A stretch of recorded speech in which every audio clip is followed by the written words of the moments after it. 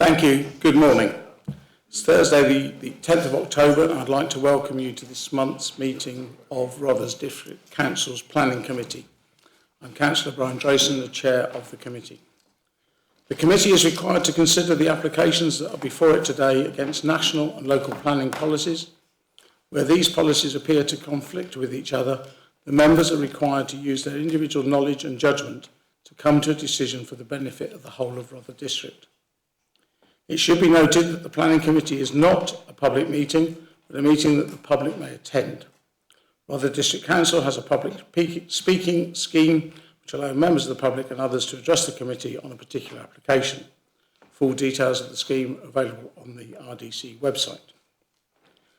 We're joined in the chamber this morning by Gillian McInnes, Interim Head of Planning, Kemi Refuviemi, Development Manager, Kirsty Cameron, our Principal Solicitor for Planning, Matt Worsley, the Development Management Team Leader, Edwin Cork, Principal Planning Officer, Michael Vladimir, Senior Planning Officer, and Katie Edwards, Planning Officer. Helping with the meeting itself, we have two officers from Democratic Services, Julie Hollands, the Committee Secretary, and Eleanor Drew, who's looking after our webcast. Join us online to, I think, address us later is Councillor Paul Osborne. May I please remind members in the chamber to make sure they turn off their microphones on, before speaking, although perhaps off is not a bad idea either, and to turn them off when they've finished. As the hearing loop system is still awaiting repair, it is even more important that members speak clearly and directly into the microphone in front of them and not turn their heads to face the person they are speaking to. For those in the chamber this morning, there are no fire alarm tests scheduled for today, so in the event of an alarm, all persons in the chamber are asked to leave by the nearest fire exit and reassemble outside the front car park to be accounted for. Can I please also ask everyone to make sure that their mobile phones are switched off or on silent? Thank you. And now to the agenda. Number 1, minutes. Do I have your authority to sign the minutes of the meeting of the Planning Committee held on the 5th of September as a correct record? Thank you.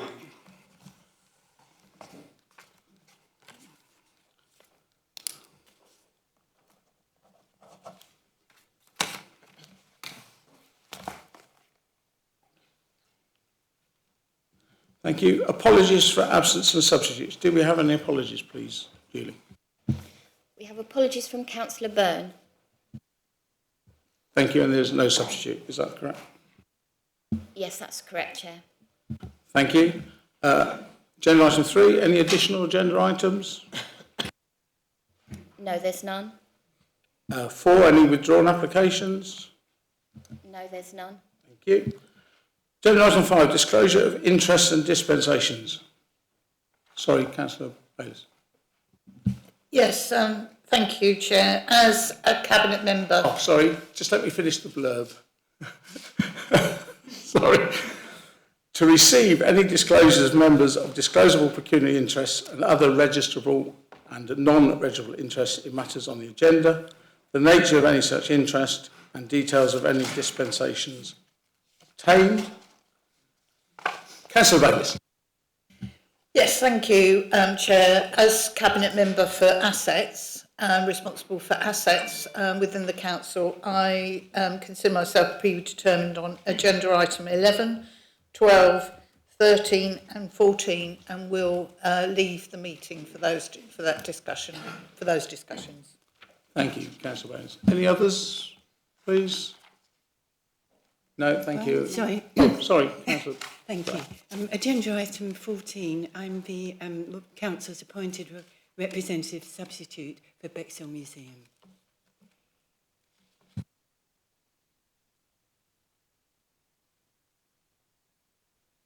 Thank you.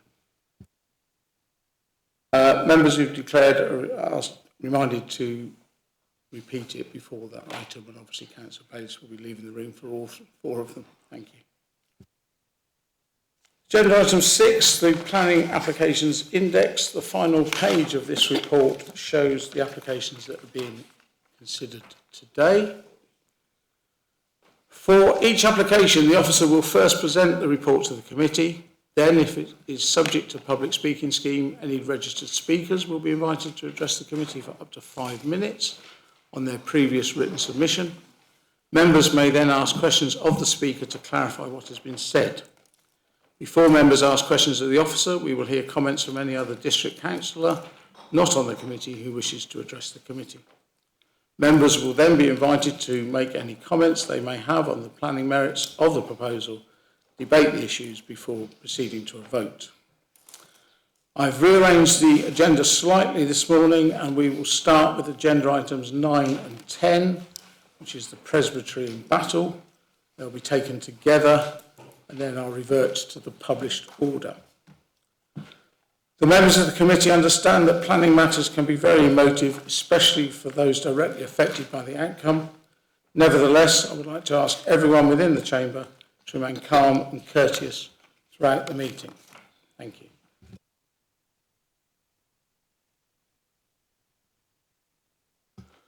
So agenda items 9 and 10 are, as they're the same application, dealt with by the same officer and subject to the same public speaking scheme. They'll be presented and discussed together, but will be voted on separately. So you've got application 9, application RR 2024-106P, and also application RR 2024-1143L. They both apply to the Presbytery 14 Mount Street Battle, and the proposal is the removal of a modern garden wall and laying of a new surface to provide permeable off-road parking space. On one, it's recommended that we refuse planning permission, and on the second one, it's recommended that we refuse listed building consent, and it's before the committee today because it's been called in by Councillor Field. Planning officer will present the report to the committee, but before members ask questions of the officer, the committee will hear from and ask questions of the applicant, and then from one of the ward councillors. Members will then ask questions of the officer before beginning their deliberations. This is Mr. Worsley will now present the report. Matthew. Thank you, Chair.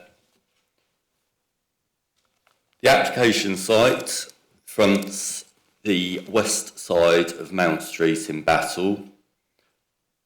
The church, Catholic Church, is situated behind the building, and to the north there's a separate Methodist chapel. The proposal is to remove a low brick wall to the frontage of the site. There would be some excavation and then laying of a grasscrete surface. This would allow parking for a hearse on the occasions the church, so the Catholic Church behind, has funerals. And it's also explained within the application that it would allow people with mobility issues attending services to park there or be dropped off.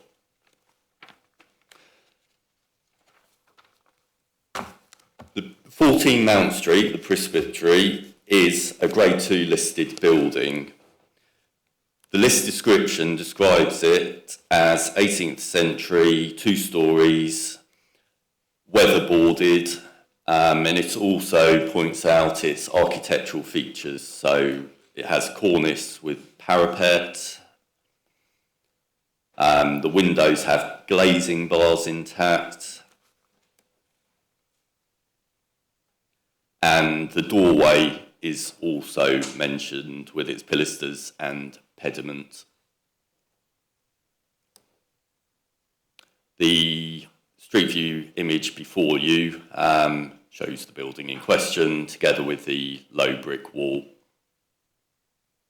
So as well as the building being Grade 2 listed, it's also located within the Battle Conservation Area. This part of Mount Street has a number of listed buildings. Many are located right on the pavement edge. Others are set back, but generally these have low brick walls or boundary treatments and give the street a relatively open appearance.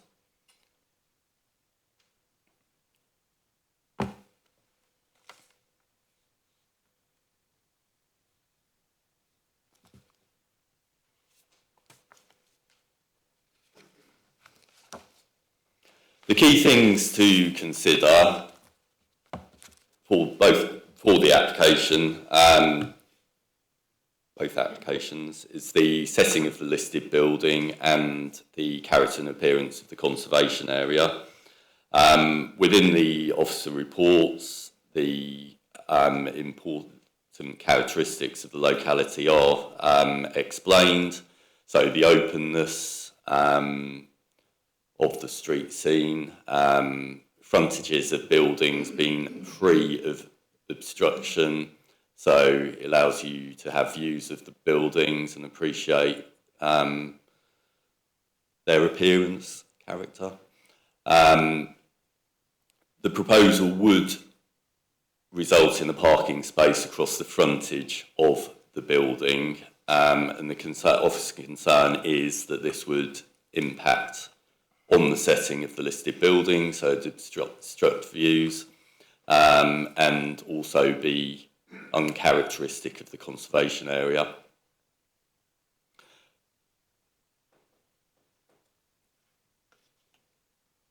Whilst the reasons behind the application are understood, the benefits that this would bring are not considered to outweigh the harm that is caused to the setting of the listed building and the character and appearance of the conservation area.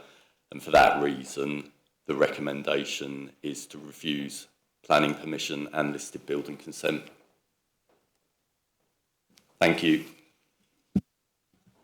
Thank you, Mr. Worsley. Sorry. Now the officers presented his report to the committee, we move on to the public speaking section. We only have one registered speaker this morning who will have 5 minutes to address the committee based on previous written submissions. New information cannot be introduced at this stage, and I will interrupt him if he's still speaking at 5 minutes. Father Richard Blythen, please.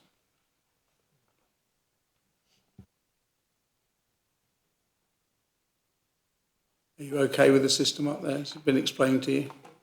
Yes, because as in Zoom, I often don't press button, so. Thank you.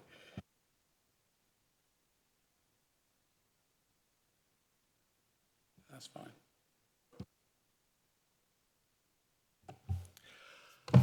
I'm Father Richard Blythen. I'm parish priest of Battle with Northiam. I've been in place for about 2 years, and when I came to Battle, the church had been somewhat neglected since COVID. It hasn't really recovered yet from everything that happened since COVID and whatever. And so I've spent some time trying to restore the church to its former glory. Its origins are erratic, I shall say that. It was built by Bertram Earl Ashburnham. He wanted a Catholic church in Battle. Battle Council at the time didn't want a Catholic church in Battle, nor did the Bishop of Southwark, who was the bishop at the time. He said, no, you're not having a church in Battle. So Bertram said, well, I'm going to build a school then. And he bought 14 Mount Street from a disgruntled Baptist minister who had fallen out with the Baptist church and I think was, to get his own back, said, right, well, I'm going to sell that to the Catholics. And Bertram built the church in the back garden as a temporary chapel rather than as a parish church. And that's reflected in the roll of honour that it didn't become a parish until 1920, whereas it was founded in 1870. Because of its origin, it doesn't have a car park. There is nowhere for a car to be parked. We have rented a lock-up garage just down the road opposite. When I arrived, I must admit I was very glad I didn't have an electric car, because I couldn't have actually been the parish priest of Battle with an electric car, because there would be no means to have charged it, and I'm on a 24/7 call-out. All that I was thinking, it would be a simple process to take the wall down and allow access onto there. Since I've been there, I've come to understand that the demographics of the parish are mature, I'm going to say that, and quite a few are having hips and knees replaced. And when you have a hip or knee replaced, you do not get a blue badge. And if you've got to park in Mount Street car park, you have to climb up a steep hill. There is no disabled parking or any access other than Mount Street car park. So that is one issue. The other issue is that the road is too narrow to have a little cut in, as there is at St Mary the Virgin's, for a hearse or any other things. The photographs that you have seen were clearly not taken on a Sunday or any other time when the church service is happening, because normally there are about 7 cars parked on the double yellow lines, all legally with disabled badges. Also, it was taken at a time when the dentists weren't receiving any deliveries, that nobody was going to the dental practice, because they all have to park on the double yellow line. The road is only 18 feet wide at that point. I thought the most sensible option was to allow people to use the space in front of the presbytery in order to be able to get past vans and lorries and whatever that park on the pavement, because the road is so narrow. Indeed, if the photograph had been taken on Monday morning, they would have seen an altercation between a mother with a buggy and a van driver. I have wanted to improve access to the church. I've been trying to improve the appearance of the front of the church. I'm very open to other alternatives. I've heard a suggestion of putting railings where the wall is. The wall is only built in 1961, and the first objection that we had was that it was historic. It's not, unless you think Pat Roberts is historic.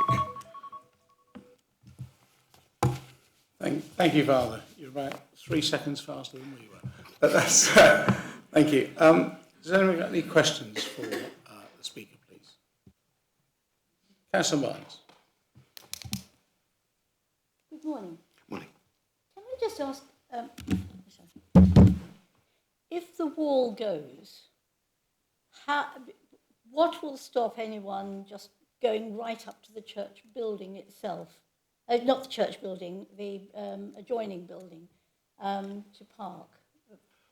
Well, with the wall there at the moment, it doesn't stop children coming right up to the presbytery and playing and whatever. So, because the wall is so inadequate as far as providing, it's private land. They would be trespassing. I just happened to notice that when we were at the site visit, that there's a lip of about like that from the road up to the platform effect, which is all the paving that is in front of the presbytery. What would happen to that? I had envisaged, I'm not an architect and I'm not a builder, but I had envisaged that being smoothed out.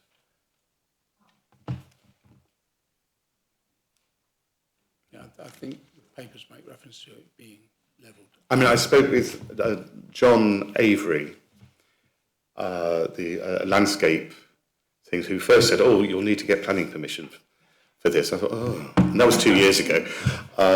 And he said, "Oh, yes, that can be done, but." Thank you, Father. Can I just ask you to turn it off when you finish speaking to this? I forget and it stops other people doing it.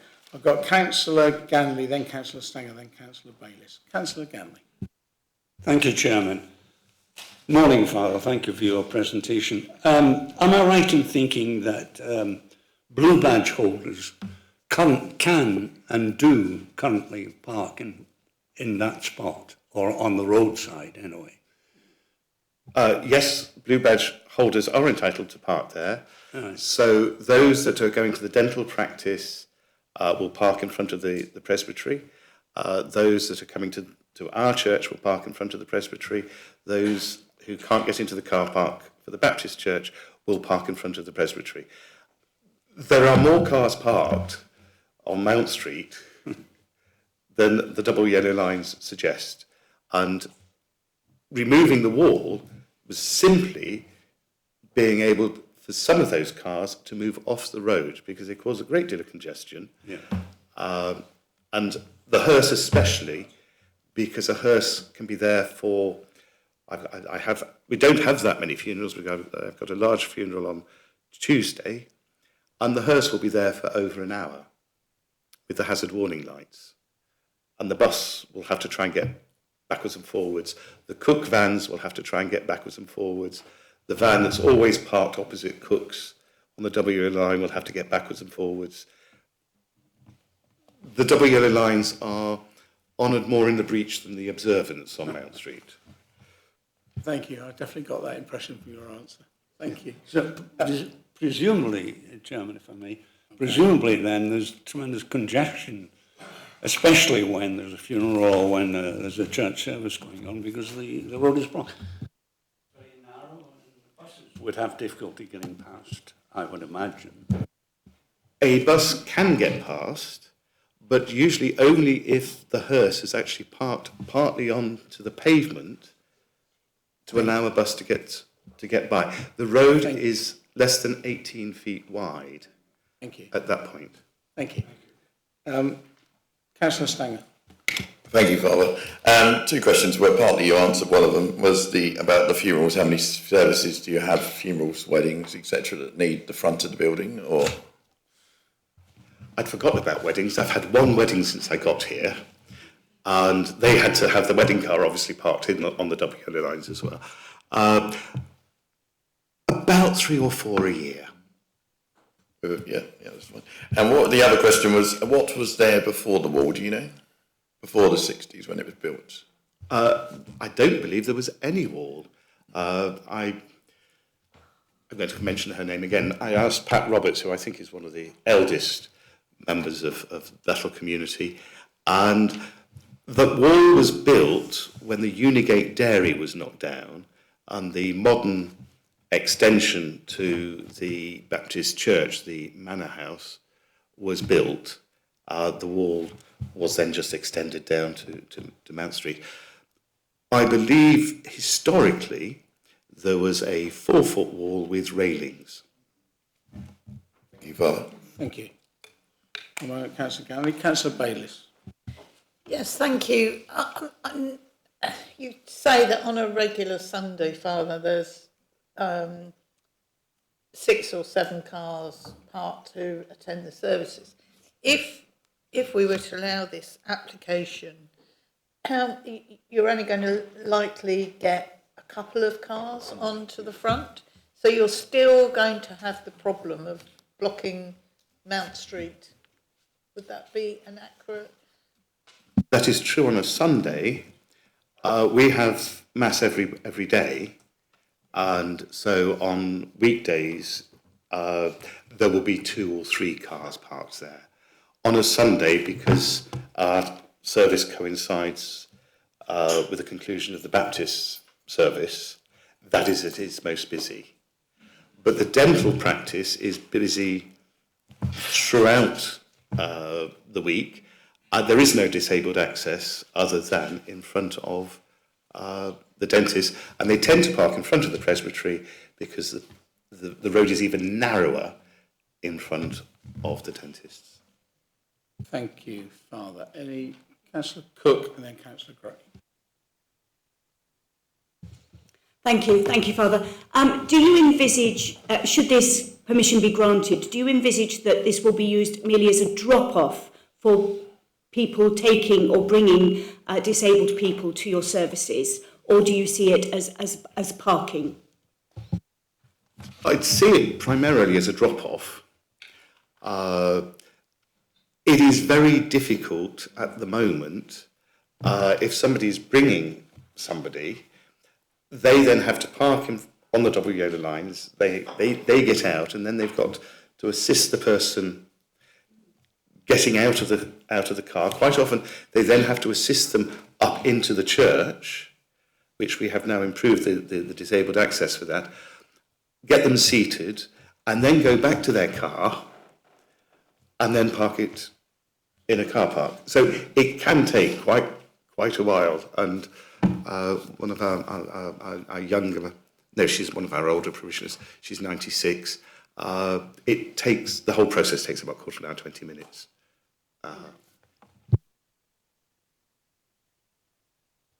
Thank you. Councillor Gray and Councillor Groner. Thank you, Chair. Thank you, Father. Could I just ask, where do you park your own car? One of my far-sighted predecessors, there used to be a presbytery where Park Ridge Mews is. We have a lock-up garage there, and we rent a lock-up garage down the lane opposite the church, where I park my car at the moment. So sorry, can I just follow that up? So if this was made into a parking area, would you then park your car in front of your home? I think I would only do that if I did actually invest in an electric car and I was able to charge it through the window, as it were. At the moment, I can't buy an electric car because there's no way I can charge it, because neither garage has electricity. And I would have no access to I've no intention of buying an electric car at the moment. But that's when I could imagine it being parked.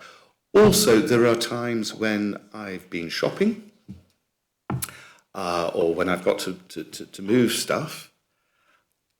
I could pull up and load the car or unload the car off the road, as opposed to at the moment I have to put the park on the double yellow lines and cross my fingers and hope that the angels keep the parking people away. Thank you. Councillor Groner. Hi, Father. You mentioned something about railings as an alternative. Is this in lieu of removing a wall and then replacing railings in part of it, or I didn't quite understand your point. A suggestion that had been made to me since the removal of this wall suddenly became so difficult was that if we put railings up, railings that could be removed, so you slot them in and you can remove them when the parking area would be needed, so on a Sunday or at times, just to allow access, and then put the railings back. Just to clarify, though, that's not part of the application in front of us. The application No, it's in front not. of us is to remove the wall and lay a new surface for a car parking space. Thank you. Any other questions for the speaker? No, thank you, Father Blythe. Oh, last minute. It was just an observation, really, Father. That's a question. And Have you got a question for him? Not an observation. Have you got a question for him? all right. So, if the wall was only built in the 60s, it must always have been a problem, mustn't it? I'm going to answer for the father in that he wasn't here in the 60s, so he wouldn't know. I suspect that in the past, you had the demography of the parish wasn't as mature as it is now, so that wouldn't have been as much an issue. There was not as much traffic. I mean, Mount Street has been exceedingly busy, partly because of various road closures, There are times when actually it's at a standstill. So I can't see the lovely Grade 2 listed buildings opposite me because of all the cars in the traffic jam. Thank you, Father. Thank you. Thank you, Father. We now have the Ward Councillor, Councillor Field, wishes to address the committee. Councillor Field. Thank you, Chair, and thank you also for taking this item early because I have another commitment. I think it would be inappropriate to discuss the chaos which is traffic in Battle at the moment at this meeting, so let's not go there. But Father Blythen has described perfectly and very accurately the problems that arise in Mount Street with the narrowness of the road and cars parking there and it being a bus route. And I can only say he's got it absolutely spot on. The church, as you will have seen, is up a small footway and not accessed or accessible by vehicles, and the church, of course, has functions. It has a role in the community, both social and liturgical, and all those functions lead to the need for traffic. Particularly difficult, I believe, is the need for funerals. Funerals have bodies in coffins and they are transported by hearses and they need somewhere to park. Currently they park in Mount Street and we've heard how difficult the traffic situation is there. We've also heard that the wall in question has not been there for as long as the presbytery, which is indeed a very fine Grade 2 listed building. And I hope Father Blythen wouldn't mind me saying it's actually fairly tatty. It's not a thing of beauty and it doesn't add anything to the local environment and the conservation area. And the building in this application is not being touched. The photograph you saw of the presbytery with its parking space or its empty space in front made the space look an awful lot bigger than it is. It's small. It's not going to be a massive alteration to the street scene. And Mr. Worsley said he likes the openness of the street scene in Mount Street, which is very visible when there's no traffic. If you remove the wall, actually you get an even more open street scene, and the other buildings don't have walls in front of them, so I really can't see the problem with doing that. The parking space, as we have heard, would not be permanent. We're not talking about developing a car park. We are talking about developing somewhere for the church to park vehicles essential to its legitimate business and for those with mobility issues to get into church to worship and obviously out again when they finish. So I don't think it would be very difficult to ensure via conditions that that space was made solely for the use of the church and its patrons. We've done that before and we can do it now. And as for stopping people just parking there on a random ad hoc basis, I could envisage a building which had ropes outside it to stop people doing that, which were very easy to remove when the space was needed for the church as business. We've heard there are yellow lines outside the church. They are enforced from time to time. People are entitled to park there with blue badges, but it does cause a problem. The dental practice referred to is next door to the presbytery and clearly has a lot of clients. There's a cook shop down the road which has delivery lorries, and there are people living in the surrounding buildings or requiring parking, often on street. So I don't think that the report is quite correct when it says that the conservation area outweighs the public benefit which would be gained by granting this application. I think granting this application would enhance the street scene. I think it would be very beneficial to the conservation area and very beneficial to the residents of Battle and the worshippers at the church. Thank you. Thank you, Councillor Field. Now we come to question time of the officers. Do any members have any questions of Mr. Worsley, please? Councillor Mear, then Councillor Gordon. Mr. Worsley, can I ask for your advice, please, about the degree to which the personal or particular needs of the church and the parishioners are a material consideration? We have here a conservation area and a listed building. Do the needs of the parishioners and of the church weigh in the balance against the needs of conservation, or are they not a material consideration at all? I think when you've got a planning application for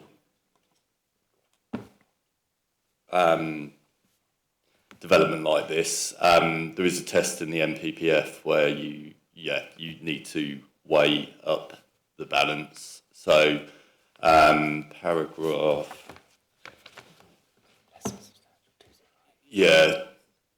207, 208. Bear with me.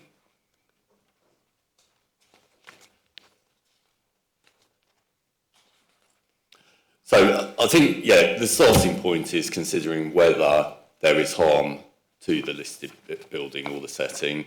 If you consider there is harm, then what level of harm is that? If it's less than substantial, then you weigh that against the public benefits. Yeah, you were saying public benefits, so these aren't exactly public benefits, they are particular to the church and the church users.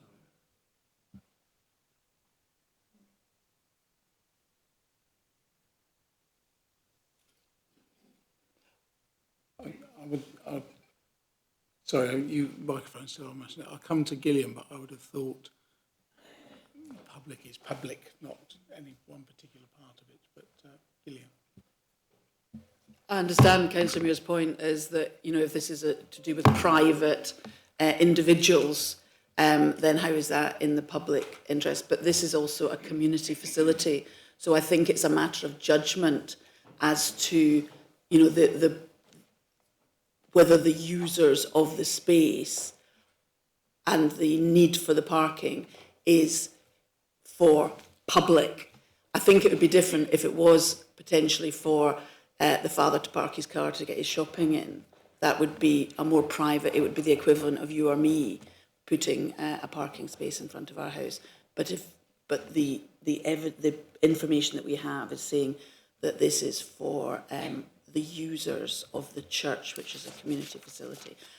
But it is that balance, to pick up on Mr. Worsley's comment, is you're balancing the level of harm to the listed building against what is in the report considered to be a fairly limited public benefit. Can I just follow up, Chair, very briefly? If we were to grant permission, it would be permission for all time and for all people. If the house were to be sold, then the new owners, who might just be private residents, they could use it as a parking place too.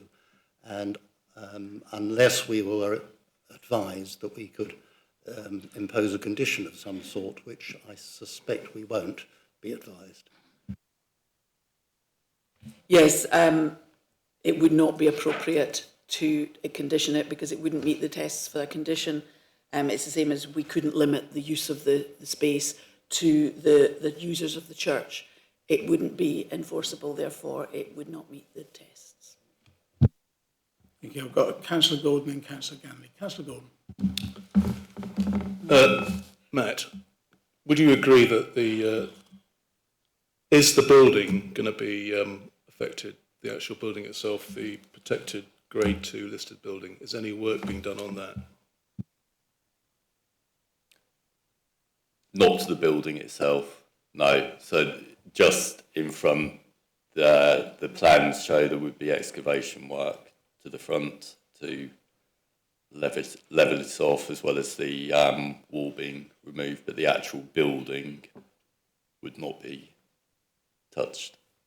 And on balance, would you agree that it would certainly help the church users and also the road users using Mount Street? Because I use that road quite a lot and it does get quite congested. I think from an officer's perspective, that's set out in the report that the benefits are limited. We feel the harm to the setting of a listed building conservation area outweighs what benefits have been set out. So if the wall was replaced by a rope, would that be considered? No, because I think the main harm is having a parked vehicle there in front of the building. So it's not necessarily the removal of the wall, it's that the presence of a vehicle there. Thank you, Matt. Again, I've got Councillor Ganley, then Councillor Cook. Councillor Ganley. Thank you, Chairman. The parked vehicle would be the issue then. That would cause the harm to the listed building. But vehicles parked there anyway on double yellow line. I cannot see how allowing a parking space would change that. It would make no difference, in my view. The second point I wanted to raise was, I think I heard you say that it would obstruct the views. I think you mentioned the obstruction of views. Which views? The views of the church, of the listed building rather, not the church. Is that what you mean? Correct. Well, they are obstructed anyway by cars parking there on the double yellow line. The only change would be that they would no longer be obstructing the traffic. And I think that's a major issue. I think vehicle drivers... Just now straying into the discussion. This is question time. You've had your answer. You can make those points in a moment. I've got Councillor Cook who wants to ask a question. Thank you. Councillor Cook. Thank you. We've talked quite a bit about the weighing of balances. I noticed from item 710, I believe, of your report, it's mentioned that the rather ugly grey paving slabs are currently in front of the church, which add nothing at all to the beauty of it. There is an intention to replace it with grasscrete, which would give a lovely greenness to that area, a nice little oasis in what is a very busy road. Was that given any balance in when you were weighing up? Yes, that's mentioned in the report. So, yeah, the actual presence of the grasscrete is accepted. But again, it's the impact of having a vehicle there parked. Thank you. I would just echo exactly what Councillor Ganley said. That's for a moment. That's a moment's time. Any more questions for the officer, please? Thank you. The matter is now open for discussion. Councillor Gordon. I move to grant. Sorry.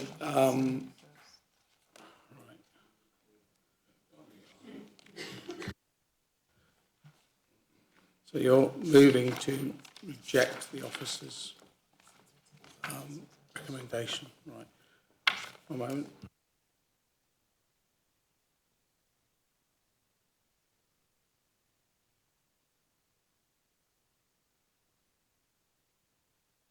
Right. Reasons, please, Councillor Gordon, for granting. I think on balance, there's no changes to the Grade 2 listed building. I think on balance, for the benefit of the people of Battle, it'll make good sense to grant permission to take the wall down and less obstruction on the road.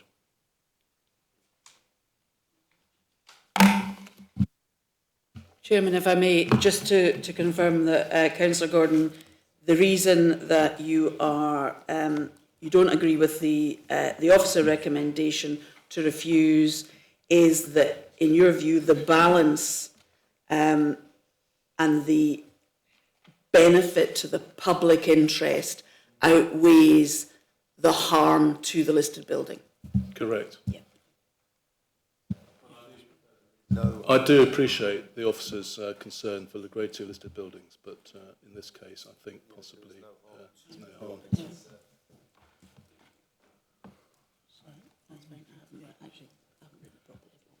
So, motion for the council to vote on now is that we grant permission for... I'll talk about the first one at the moment. We'll have to repeat it again for the second, if that's the case. One moment.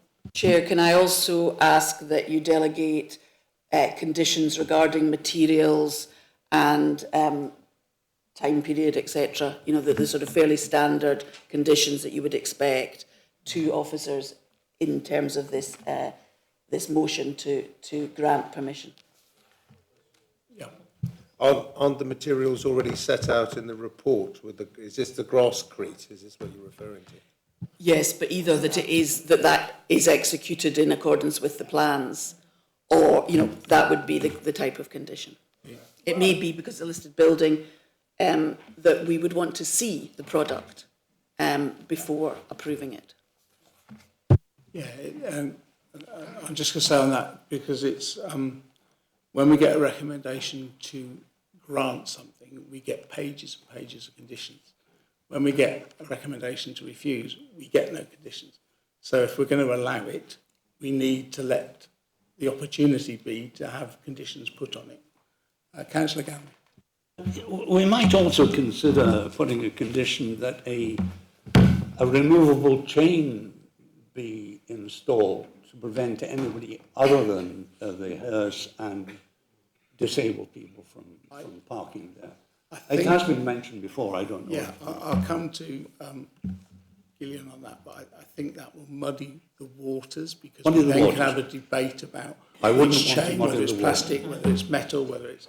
And what one person likes, so that sort of is about the materials, and it might be that part of that discussion, I don't know, could be that the father wants to add fences, and that would be part of the discussion on those conditions to make sure it was in keeping with the building. But if you had a white plastic fence, I'm sure chain would offend a lot more people. One moment. Yeah. Chair, if members felt that they need to have a condition that a chain be applied, then we would seek the details of the chain. So as you say, the materials would be really important, as would the posts that the chain would go onto. And that could be, I think, as far as I'm concerned, that type of condition could be enforced upon because you can see whether there's a chain there or not. What you can't do is, if you're trying to control the users, that is what you cannot. It wouldn't meet the test for a condition. But if members feel that a chain would be appropriate, then that is something that we could add, and we would pick it up in the materials condition. Although probably we couldn't say a chain because other boundary markers are available. But I take your point. So, Councillor Bayliss, and we'll get to that. Yes, I'm predisposed actually to support the proposal. I actually looked at the wall when we visited on Tuesday and thought actually taking that wall away would enhance the look of the would enhance the look of the building, to be honest.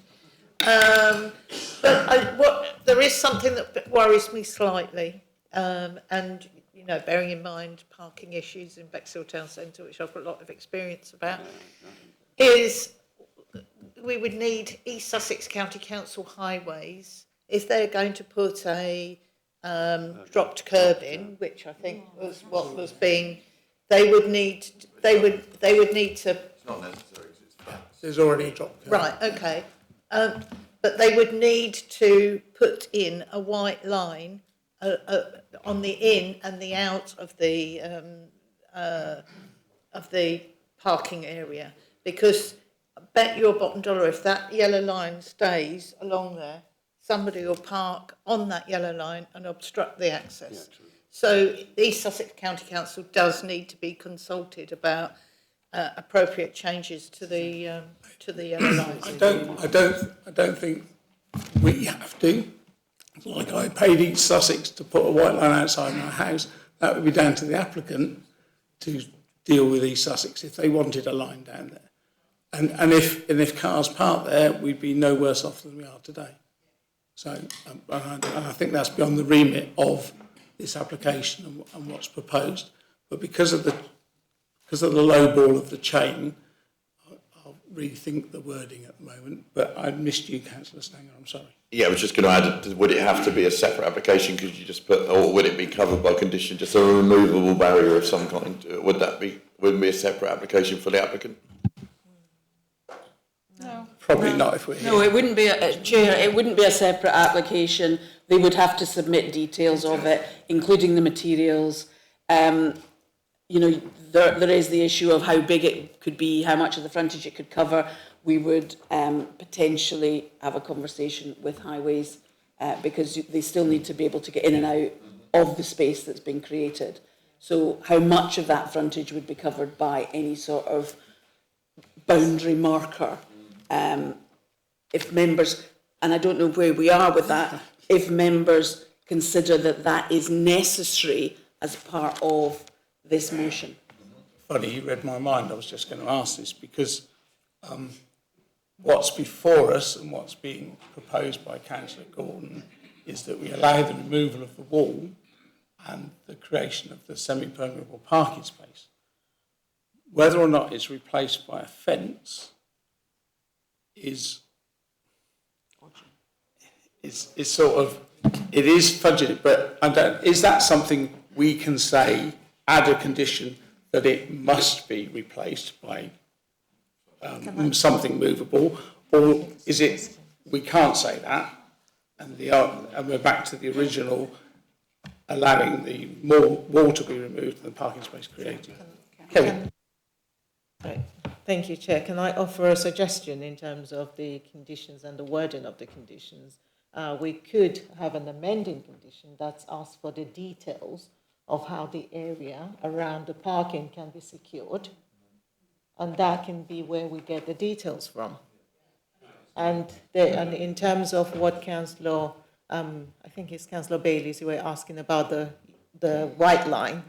We do normally request that applicants get in touch with Highways before they carry out such work, so there will be an informative for them to contact Highways to ensure that the work they want to do can be undertaken under the permission they've got. Thank you, Chairman. Thank you. I think that's just made it a lot simpler in my mind to Councillor Gordon's motion, but I can see Councillor Gray's hand going, so I'll come back to Councillor Gray in a minute. Go on. So I was going to say, leave it to the officers and to liaise with Father Richard, possibly, to agree on a suitable arrangement, rope, chain or whatever. Last comment before I put it to a vote. Councillor Gray, your hand has been up and down. Yes, I'm just not keen on the idea of a chain, and I just wonder, could we not just have a small sign saying for church users only? What did I say to you, Councillor Ganley? We could spend all day talking about which sort of chain. I'm only too happy to withdraw my suggestion. No, we'll leave it. I really do not think it would create such an issue. Okay. So I withdraw my suggestion. Thank you.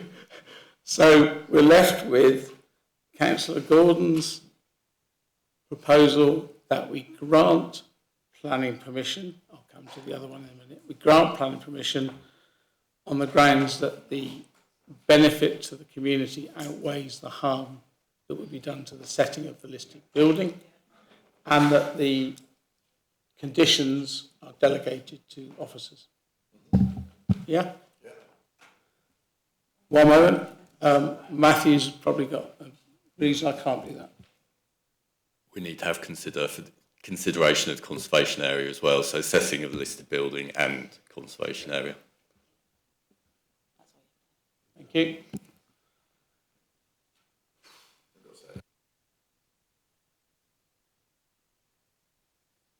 Right, so I think it's clear that that's what we're voting on, is granting permission because the harm is not outweighed by the public interest, either to the listed building or the conservation area, and that the conditions will be delegated to officers. That was seconded by Councillor Ganley. All those in favour, please show clearly so you can be counted.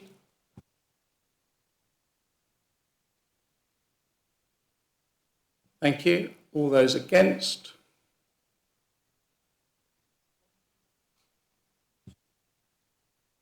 Sorry, That is carried. Planning permission is granted. Now we must take a separate vote, although I'll be surprised if it's a different outcome, to the item 10, which is the RR 2024-1143L listed building. I presume it's the same motion, Councillor Gordon, and seconded by you, Councillor Ganley. So this is to allow listed building consent. All those in favour, please show. Oh, sorry, one moment. Subject to conditions. Oh, so, yeah, sorry. I was danger of shortcutting that.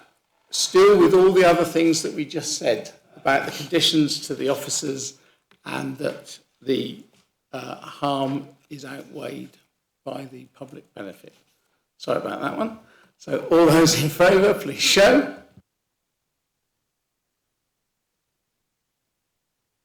Thank you, that's 9-4. All those, thank you. All those against?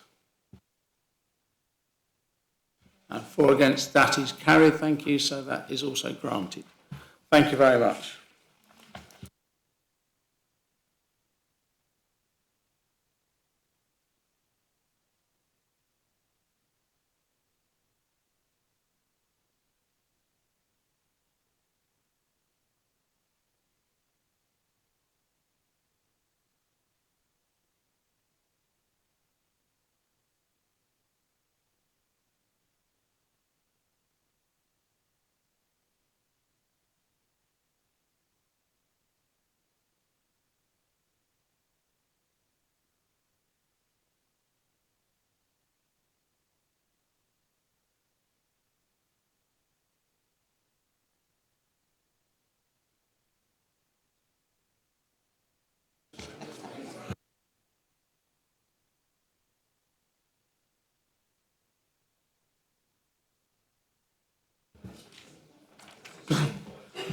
Right, thank you, ladies and gentlemen. We now move back to the agenda in the correct order. We start with agenda item 7, which is application RR 2023-2153/P. It's the location is Conkers, Main Street, Iden. The proposal is for the erection of 15 dwellings together with associated access, car parking and landscaping, and demolition of modern extension to Conkers, which is Grade 2 listed, together with renovation works. The reason for the committee consideration today is it's a councillor call-in on the grounds that it conflicts with the site location policy, noise and light pollution, overlooking and loss of privacy and harm to habitats and wildlife. And that's Councillor Osborne, and we'll hear from him later. The recommendation is that it be resolved to grant full planning permission delegated subject to the conditions and a section 106 planning obligation to secure what is listed. I won't say it now, I'll repeat it when we come to a vote. This application is subject to the public speaking scheme, therefore the planning officer will present a report, and before members ask questions of that officer, the committee will hear from and question 2 speakers against the development, 2 speakers in support of it, and then after they've done that, one of the ward councillors. Members will then ask questions of the officer before proceeding to their deliberations and eventually a vote. Edwin, isn't it? Mr. Cork. Thank you, Chair, and good morning, councillors. Members visited the site and surrounding area on Tuesday on the site visit. Next slide, please, Matt.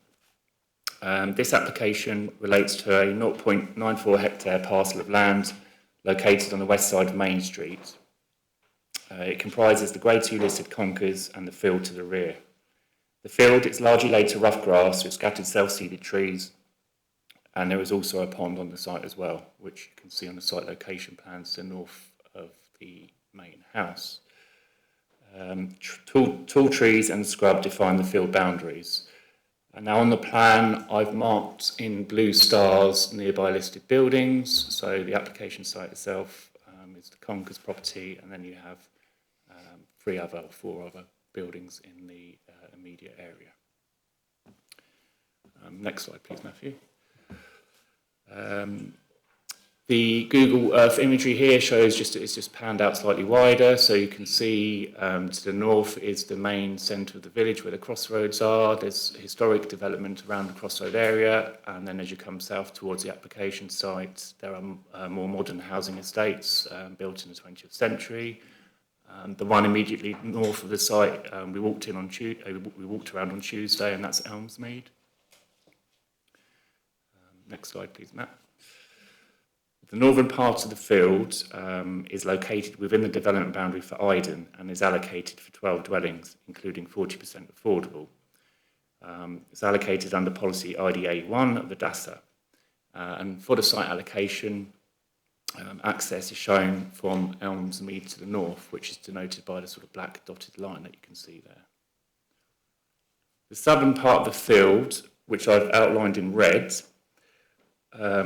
also forms part of the application site, but it's located outside of the village's development boundary and it's in the countryside. It's not actually allocated for housing. However, the Council's draft housing and economic land availability assessment identifies this land as potentially available for housing.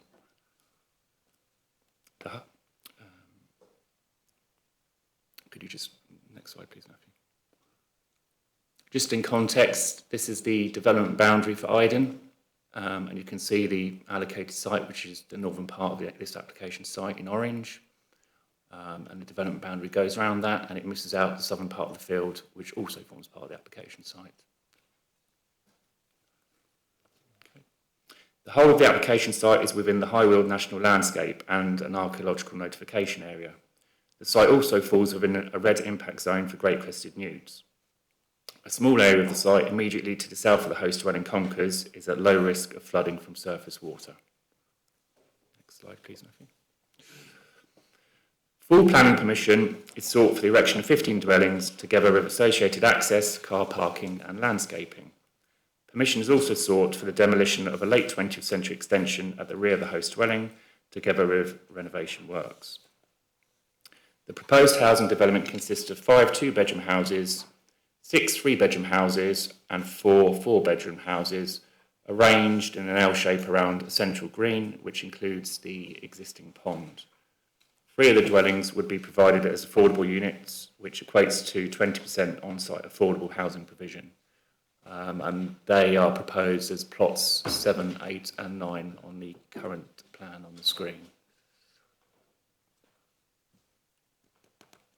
Could you go to the Google slide? Next slide, please. The main access to the dwellings would be from Main Street, with a new vehicular access created between the host dwelling conkers, which is seen here on the right, and neighbouring property Eastview to the south, which you can just about see on the left-hand side of the Google images. In terms of their design,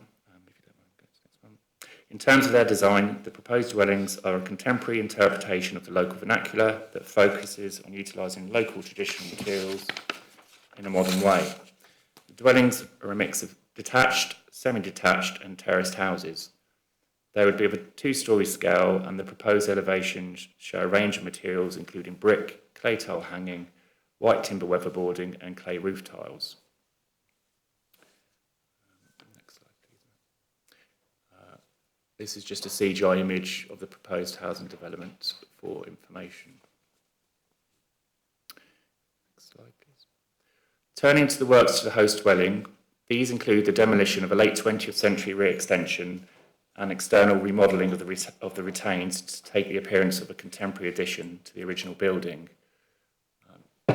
On the slide you can see outlined in red is the 20th century later addition that you would have seen on site, and I pointed out on site.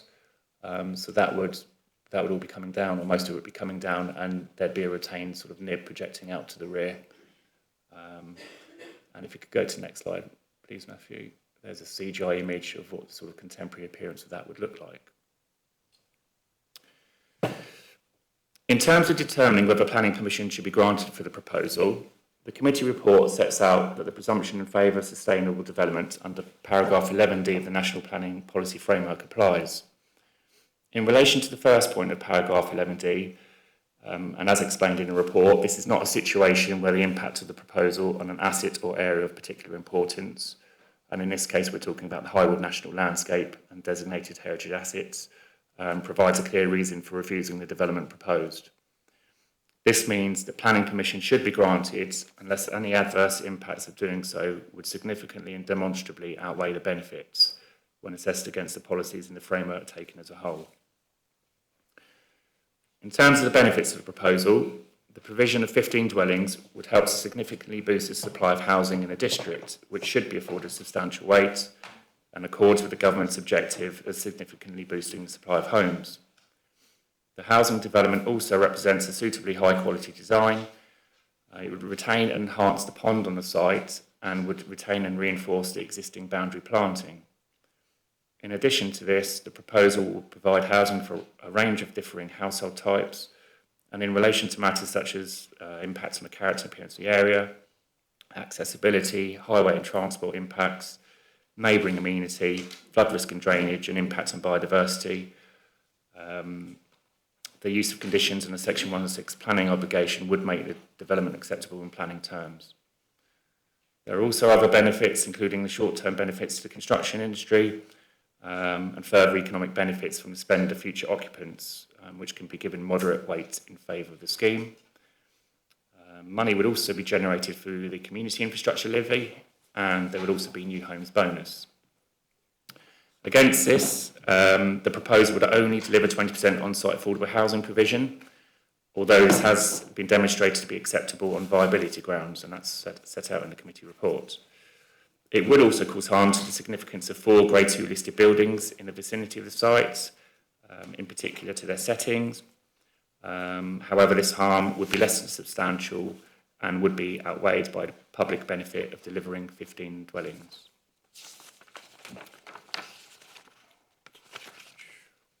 Taking all the above into account, overall the adverse impacts of the scheme would not significantly and demonstrably outweigh the benefits when assessed against the policies in the National Planning Policy Framework taken as a whole.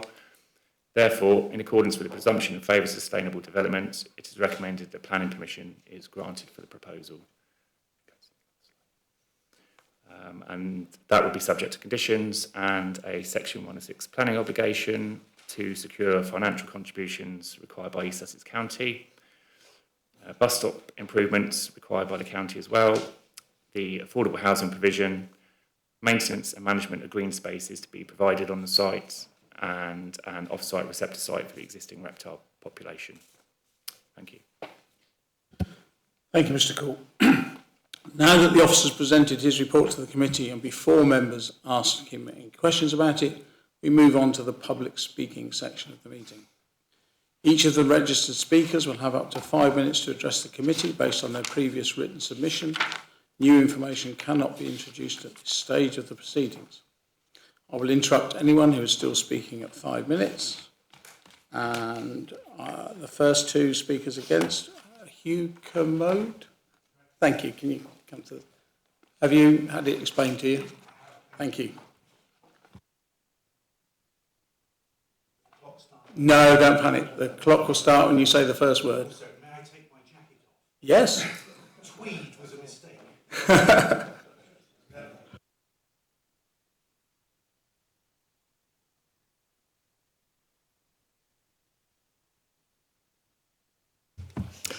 Hello, I'm Hugh Kermode and I'm an Iden resident. I've not spoken in front of the planning committee before, so forgive me for being unfamiliar with protocols, but thank you, the chair, for letting me speak, and thank you for the committee and the officers. Firstly, this amended application differs significantly from the application made in December 2023. The number of dwellings, the layout of the cul-de-sac, the proportion of affordable properties, the non-pepper potting, and so on. So I think this should be considered as a new application and not an amended one. As for the application that you have in front of you, I've got 2 main areas of objection. One, the application is completely different to what was proposed for Iden as part of the 2016 Development and Site Allocation Plan, which for obvious reasons are now called the DASA. And secondly, the access to the site is not appropriate due to harm to the setting of Grade 2 listed buildings. A few minutes ago, we heard the submission about the presbytery in Battle. Damage to the settings of a listed building was considered a reason for officers to recommend that the application was denied. In the DASA, a 4,000 square metre site, 0.4 of a hectare, referred to as ID1A, that's the orange bit that Edwin showed earlier, was allocated for 12 dwellings, where, and I quote, 40% are affordable and that the access is off Elmsmead. On this basis, the development boundary was altered to allow for ID1A to be recommended as preferred. What we're discussing here is a development that is more than double the size, over 9,000 square metres, 0.94 of a hectare, not 4, an increase of 135%, requiring further creep of the development boundary, with 15 dwellings, not 12, of which only 20% are affordable, not the mandated 40%. And access is proposed not off Elmsmead, as is specifically required by the DASA, but rather from Main Street. So that brings me to my second point, access and listed buildings. The DASA references, and I quote, an in-principle agreement for access to the site to and from Elmsmead. The current application includes a footpath through the same land that was to be this access, yet the report in front of you states in 3.4, this footpath is shown crossing land outside of the applicant's control. In the applicant's planning statement, paragraph 4.15, they state the third-party land between the application site and Elmsmead is unregistered, and therefore there are no access rights over this land, meaning that this option is unviable from a legal perspective.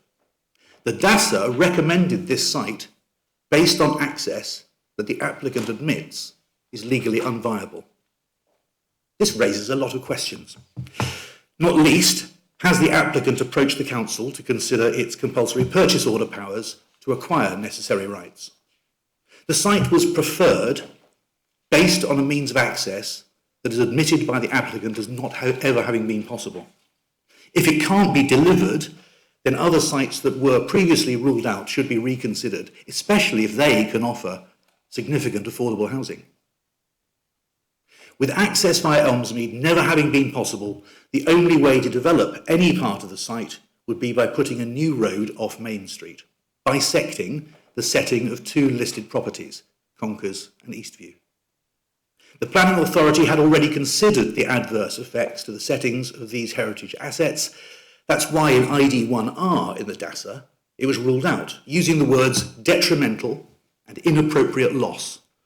Rodder's conclusion, recommendation, not a preferred site. And this was before there was a proposal to put a road between the two listed properties, Eastview and Conkers. Let me underline this. The application depends on allowing a road to be built between two listed properties on a plot of land where development was ruled out because of harm to the setting of listed buildings, even when the access was in a different place. I would hope the committee will rule against this application, which both diverges from the original allocation and hugely harms the setting of Grade 2 listed properties. Thank you. Thank you, Mr. Commode. Members can now ask questions, and remember again, it's questions. Please try and avoid straying into making points and debating. So has anyone got any questions for Mr. Commode, please? No, thank you. Oh, see, you wait long enough, somebody always fills the gap. Councillor Groner, then Councillor Mear. Councillor Groner. Yes, so I did notice that obviously it's partly inside permitted development and outside. And do you understand the history of why it's outside? Because it seems when Mr. Cork was showing us the map that it specifically skirts around. It's not sort of a blanket area. It's very specifically excluded. Can I say I think that's a matter for the officer? Well, I think Not he for understands Mr. the history and has a deep knowledge, does he not? He's not the expert. All I can say is you're right. I don't have the history or the knowledge. I've only lived in the area since 2005, so I don't know any more than that. Boy in the village. Okay, well, question Yeah, for the and officer, I maybe. very much so. Thank you. Councillor Mear. Mr. Commode, at the time of the DASA, of course, there was no application. This is a full application with fully worked up plans, precise locations of access, where the houses will go, what they will look like, and everything. Against that background, can you describe the harm which is being done to the listed buildings? How do you see that the listed buildings are being harmed by this development and in such a way as to outweigh other benefits? Thank you. It's to the setting of the listed buildings, not to the listed buildings themselves, but I think that is still a material concern. So, as I understand it, and I'm not an architect or a heritage asset expert, but the setting of a listed building is what the buildings look like, their setting as you drive through the village or walk through the village or see the village. At the moment, you drive through the village and there are two listed buildings. If this is allowed, there's one listed building, a road half the width of this room, and then another listed building. That's the setting, and that's inappropriate, and that's the harm. Thank you, Mr. Commode. Right, no more questions. You made the point that you've not spoken here before. Thank you, and this is applied to all the public because it can be nerve-wracking. You are putting yourself in the lion's den for questions. So thank you very much for that, and thank you. Thanks very much for letting me speak, and I think my colleague and friend and neighbour is joining us. Thank you. Thank you. We now have a second speaker against the proposal, which is Catherine Glover.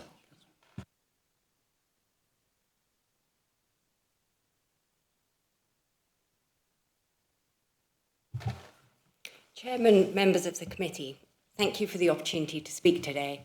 I also have never spoken in front of a committee, so started the day by throwing coffee all down my front. So forgive my appearance. I want to focus on the environmental factors pertinent to this application. It is disappointing that the applicant has not submitted a biodiversity net gain calculation, despite the strong recommendation of the county ecologist. Furthermore, ecological documents provided fall short of best practice standards. Without greater scrutiny and accountability, it is hard to see how this application aligns with Rother's principles to be green to the core. The planning decisions made today will shape the character and ecological integrity of our environment for decades. I would like to propose 3 key recommendations to strengthen the conditions and enhance environmental protections. I believe these recommendations are reasonable and would be legally enforceable under planning law. First, I propose that the committee require a biodiversity net gain calculation as a condition of approval. Whilst it may not have been a statutory requirement at the time of the amended application, it is now. The local planning authority can request it. The DEFRA Biodiversity Metric 4.0 provides transparent and scientific method for measuring biodiversity impacts and ensuring meaningful gains. This condition would align with national policy and demonstrate Rother's commitment to protecting the environment. Second, I urge the committee to mandate the creation of a wildlife corridor along the eastern boundary, based on the county ecologist's recommendation of a minimum of 7-metre buffer, which are outside the curtilage of private properties. Wildlife corridors are essential for maintaining habitat connectivity, allowing species to move safely between areas. This is increasingly important in the context of habitat fragmentation. Incorporating a wildlife corridor into the planning conditions would help protect local ecosystems. As councillors, I believe you have the legal authority to enforce this recommendation, especially when supported by the ecological evidence provided by county experts. Finally, I recommend including a condition that requires tree planting as a boundary treatment on the northern edge of the site, as referenced on page 32, paragraph 811.4. Planting a carefully selected range of native trees along the northern boundary would enhance the landscape, increase biodiversity, and provide screening to mitigate visual impacts. This would create long-term positive environmental contribution that extends beyond immediate development concerns. The future trees could be secured with TPOs. I urge the committee to consider these recommendations. While the report makes various mentions of protecting and reinforcing existing boundary planting, we believe this application needs to go much further to protect the natural assets vital to the character and health of our local community. Thank you. Thank you. Oh, Councillor Gray, I saw your hand starting there. Any questions for this speaker, please? No, would you want to say thank you for me then? Yes, I would like to thank you very much for those excellent points. Thank you. Thank you. There's no questions. You got off lightly there. Thank you very much.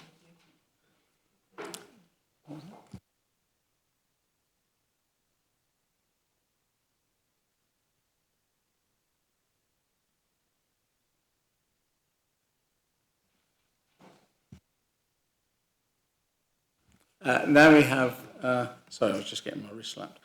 We now have two speakers for the application. Number one, Maisie Bolt, the applicant. Thank you.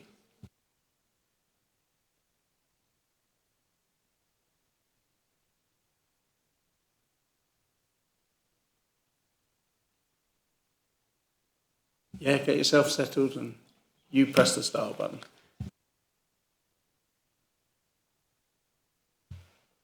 Good morning, Chairman and members of the committee. Thank you for allowing me an opportunity to speak this morning. I work in the land team at Quantum Homes, the applicant. As a reasonably small house builder, we focus on a select number of projects each year in which we commit a huge amount of time and effort to ensure every detail is considered and therefore results in providing homes which people want to live in locations that we love. I'm really excited to speak to you today about the application at Conkers. We've worked hard to get to this point and we are proud to present you with what we believe is a beautiful and sympathetic proposal which complements the character of Iden and provides attractive, low maintenance and sustainable, much needed private and affordable homes. We have been working with the landowner and the planning officers at Rother over the last 2 years to bring the site at Conkers to fruition.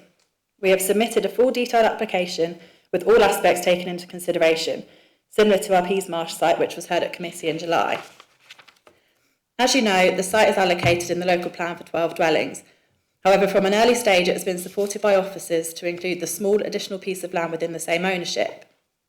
The additional land is identified in the emerging local plan as being suitable for 3 dwellings, so a total of 15 across the whole site. The scheme has been through a few changes since the pre-app stage. Through extensive consultation with the case officer and design officer, the result is a high-quality, landscape-led, thoughtfully designed proposal, with all houses facing onto a central green, with enhancement to the existing pond and generous landscape buffers around the boundaries, which provide both corridors for wildlife as well as reduce the impact on neighbours. Whilst we appreciate the proposal is 3 units above the suggested allocation number, this has meant we have been able to provide 3 affordable homes on site. If we had stuck to 12 units, the site would have been unviable for any affordable housing at all. The 15 new homes proposed provide a small but significant contribution towards much needed homes in Rother District, and the benefit of smaller schemes such as this is that they can be delivered relatively quickly. Most homes in Iden are large, sometimes listed and often in need of expensive improvements, and are out of reach in terms of price for most first-time buyers and young families. The new properties proposed offer a range of house types which are suitable for first-time buyers, upsizers, downsizers and sideways movers. The new homes have been designed with modern lifestyles in mind and are adaptable for all stages of life, with many homes being Lifetime Homes compliant with flexible floor plans, step-free access and plenty of storage space. The new homes proposed at Conkers have been designed by local architects, RX Architects, in line with the High Weald Design Guide. They have taken a traditional style and given it a contemporary twist. The resulting design is timeless, blends seamlessly into local Sussex vernacular and is a continuation of the Iden Village streetscape. Materials include natural timber cladding, brick and tile detailing and clay roof tiles. The alterations to Conkers itself will bring the property back to its former glory as a detached family home. By removing some of the modern extensions, we're able to create a spacious and beautiful family home with a generous garden. The heritage consultants advise that the changes will improve the setting of the listing building and the proposed contemporary additions to the rear property, including bifolding doors and timber cladding, will help Conkers blend into the new development. The development is proposed to be highly sustainable and comply with the relevant environmental policies of the NPPF. A fabric-first approach has been adopted to ensure each dwelling has been designed to meet and surpass the current requirements of building regulations. The development will be constructed to create a sustainable living environment with measures taken to control and reduce energy and water consumption, encourage recycling and maintain habitat for wildlife. Electric vehicle chargers, air source heat pumps and solar panels are some of the green measures proposed. The development will contribute positively to the community and economy of Iden and the wider area. This will be both during the build phase, through employment of local construction workers and the use of local materials, all the way through to new residents using local businesses and amenities. The associated SIL contributions will further fund local infrastructure improvements. We've worked proactively and collaboratively with the design and planning offices at Rother and our professional consultants over the last 2 years to bring the site at Conkers to where it is now. We've also engaged with the local community through a public exhibition. We believe the resulting proposal will be a welcome addition to the village and provides much needed homes, including affordable homes, to the area. It is therefore requested that the case officer's recommendation is upheld by members of the committee and the application be granted. Thank you. Thank you. Any questions for this speaker? I've got Councillor Ganley, then Councillor Gordon. Councillor Ganley. Thank you for your presentation. How do you address the previous speaker's issues about biodiversity? She mentioned wildlife corridor and tree planting, although I see from paragraph 1.5 that planting with additional trees and shrubs is proposed in the application. So I'm not sure if the previous speaker wished additional trees to those proposed. I'll leave it to you to answer the question. Yeah, I did actually plan to respond to that in my speech, but I didn't know if I was out of time. I'm sorry. He's just bought you some extra time. You speak very fast. Oh, sorry, I was conscious of the time. I hope you haven't caught it it's all. a problem. Yeah. With the wildlife corridors, East Sussex County ecologist was consulted a couple of times through the application, and we did make a few changes to the landscape buffers and the boundary treatments and things like that in one of the more recent editions of the plan. So I don't know if they were missed by the previous speaker, but the buffers are there. They're more than 7 metres on all sides. Right. Okay. Thank you. Councillor Gordon and Councillor Creason. Yes, Councillor Ganley has pinched my question, so no further questions from Councillor Gordon, thank you. It's a win-win. Councillor Creason, then Councillor Mear. Can you tell us what efforts you've made to try and use the suggested Elmsmead entrance over that land that is not registered?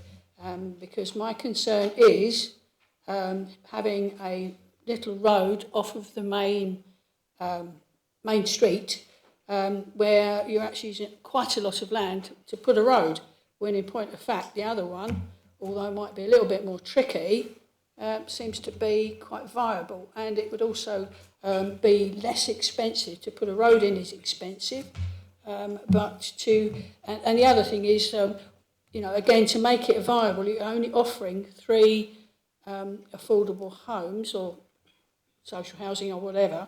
We are desperately in need of properties that are actually for people who cannot afford to buy a home. So there's a couple of things there. You've increased the site size, you've increased the site numbers, and you're saying that this is to then be able to provide 3 homes, when in point of fact our requirements are more than that. And surely if you were to make an effort to actually get that entrance through Elmsmead, you would save quite a lot of money messing about making a new road. Thank you. Thank you. I think I'll start with the access. So there's a sliver of land that is unregistered, so we don't know who owns that, and obviously the council could use compulsory purchase to get that part, but that part's not wide enough for the road. There's 2 other parcels that are privately owned, and they're not local people, they're people that live miles and miles away, and we think there'd be a ransom strip. And the way that ransom strips work, I think our planning consultant probably elaborate on it, but they'd probably expect 1/3 of the price of the land in return for that, which would then again just make the site completely unviable. Further to that, the East Sussex Highways have been consulted a few times on the access, and they actually said that the Elmsmead access would be more dangerous for construction and also future residents, because there's cars parked on both sides most of the time. I don't know what it was like when you all went there yesterday. Yeah, he actually said the main street access is much more safe, practical, just makes more sense. Although we have to build a bit more road, that was the only logical way of doing it. Thank you. And actually, Councillor Creasy, you stole my question. Councillor Mear. Thank you. It's always a pleasure to get a full application in front of us. It makes our job so much easier, and it's good to see that you've worked together with officers. But the downside, from your point of view, is it allows us to pick up niggling points, which we may not have been able to do on an outline application. And my question is about the parking. How many parking places is this short of the current ESCC, East Sussex County Council metric? How many places is it deficient? I think it's three spaces short of the current requirements, but when the application was submitted, it was a different metric. So we're in line with the one from last year, but I think it's changed this year. So we're technically three spaces short. There's 31 in total. Yeah, follow up before we come to Councillor Bayliss. Would there? I see. It's lovely to see a green area in the centre, but it does appear to me that there is perhaps opportunity for getting another couple of parking places there. I'm aware of other places. There's North Salts at Rye, for example, a much older development, where the cars park all over the green space. There's mud and disruption, and it's hard to get past. I can't help thinking, if you would be agreeable to try to provide another couple of places, that might be avoided and anticipated in this particular case. Do you have any comment on that? I think there's probably space to put a couple more around the green. I know there is a section of the green where there's a few spaces on it.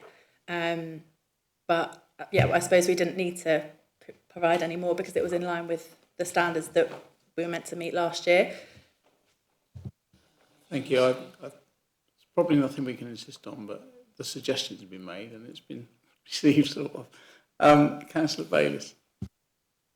Yes, I just wanted to go back to the viability question that Councillor Creasy raised and you answered, and you talked about if you created the access from the existing estate that it would make the project unviable. Are you suggesting that there wouldn't be any affordable properties if you were forced to negotiate and pay for the ransom strip on the other estate?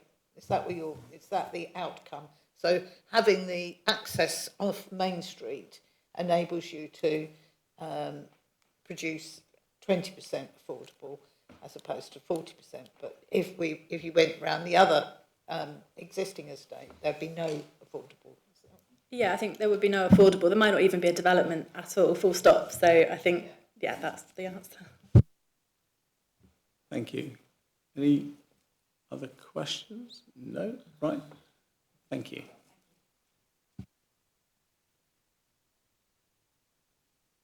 Now we have the second speaker it's the agent, I think we saw him before, Johnny Pickup. Good morning. Morning, everyone. And as happened with the Peasmarsh application, a lot of my speech has been sort of covered, so I'm able to reduce it down slightly. As we have sort of been discussed this morning, the proposal does deviate from the indicative allocation scheme shown in the policy. And as you would have seen during your site visit, the allocation boundary does dissect through the site and does not follow any natural boundary within the site itself. The wider site is enclosed on all sides by existing boundary vegetation. As such, the proposal is to make use of the whole site to deliver 15 homes. The Council's landscape officer has no objection to this approach, with there being minimal visual or landscape harm beyond the site. This is aided by the ecological buffers and additional landscape planting proposed at the site boundaries and site entrance. This does include a 7-metre landscape buffer on the eastern and western boundaries outside of any private curtilage. Furthermore, the creation of 15 dwellings on the whole site would result in a lower site density of 21 dwellings per hectare. By comparison, developing the site as allocated would have a density of 30 dwellings per hectare. The scheme has also been reduced from 17 dwellings to 15 dwellings during the application. This reduced density has enabled the creation of a more spacious scheme with a central green area and landscape buffers at the site boundaries. Secondly, as also discussed, the proposed access is directly onto Main Street at the southeastern corner as opposed to along Elmsmead. This is due to the Elmsloop being considered suboptimal to support the proposed scheme, with construction vehicles and future residents having to pass parked cars in order to reach Main Street itself. There is also the Ransom Strip, which the applicant does not have a right of way, and for the reasons discussed, it would make the scheme unviable. As such, the proposed access onto Main Street is considered more appropriate, and the Highway Authority have no objection to this. There is sufficient separation distance at the site entrance between the site entrance and the neighbouring houses at Conkers and Eastview. New landscape planting is also proposed on either side to further mitigate any harm to these properties. As such, the proposed access is considered acceptable by both the planning and highway authorities. In delivering 15 high-quality homes, the scheme would meet the 3 objectives of sustainable development. From an economic perspective, there will be short-term benefits to the construction industry, with future consumer spending supporting the local rural economy. The scheme would also generate a CIL charge of some £240,000, of which £36,000 would be given to Iden Parish. There would also be a new homes bonus of £122,000. Regarding social benefits, the scheme would make a significant contribution to the Council's housing and supply shortfall. This would include 3 affordable homes provided as an affordable rented unit, a shared ownership unit, and a first homes unit. Furthermore, the scheme would upgrade the existing northbound and southbound bus stops on Main Street. It would also secure a financial contribution of £16,500 towards a demand response transport service or additional provision to the regular bus service. Turning to environmental benefits, all dwellings would have solar panels and air source heat pumps. This would contribute to a CO2 emission reduction of over 78%. There would be an extensive landscape and biodiversity buffers along the southern, eastern and western boundaries, with around 75 new trees being planted. There would also be a spacious landscape buffer surrounding the pond at the eastern part of the site, which would link to the central green space. These carefully designed elements create an attractive rural aesthetic to the scheme. Overall, the scheme would create 15 high-quality and energy-efficient homes for a range of occupiers, which would make a fantastic addition to the village of Iden. The scheme has been carefully designed following extensive consultations with the Planning Authority and other statutory consultees to ensure that the significant benefits of the scheme would outweigh any harm. As such, we hope that this application can be supported. Thank you very much. Thank you, Mr. Pickup. Any questions? I've got Councillor Cook. Councillor Cook. Thank you very much.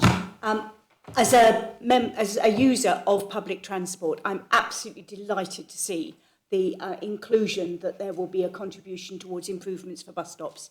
And with family homes being built on this site, I envisage that indeed some school children might be using those to be dropped off. I'm a little bit concerned that from my reading of the site plan, there doesn't appear to be pedestrian access from Main Street that would be safe for young families to use. And I wondered if you could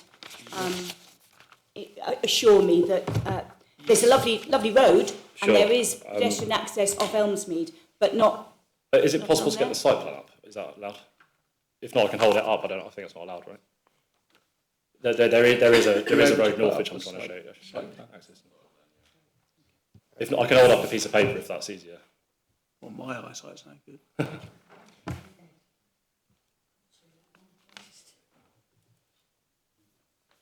I mean, while that's coming up, there is a dedicated footpath to the north of the proposed access that links directly into the site and around the site. Yes, but what about the people getting off the buses in Main Street? Well, there's a pavement.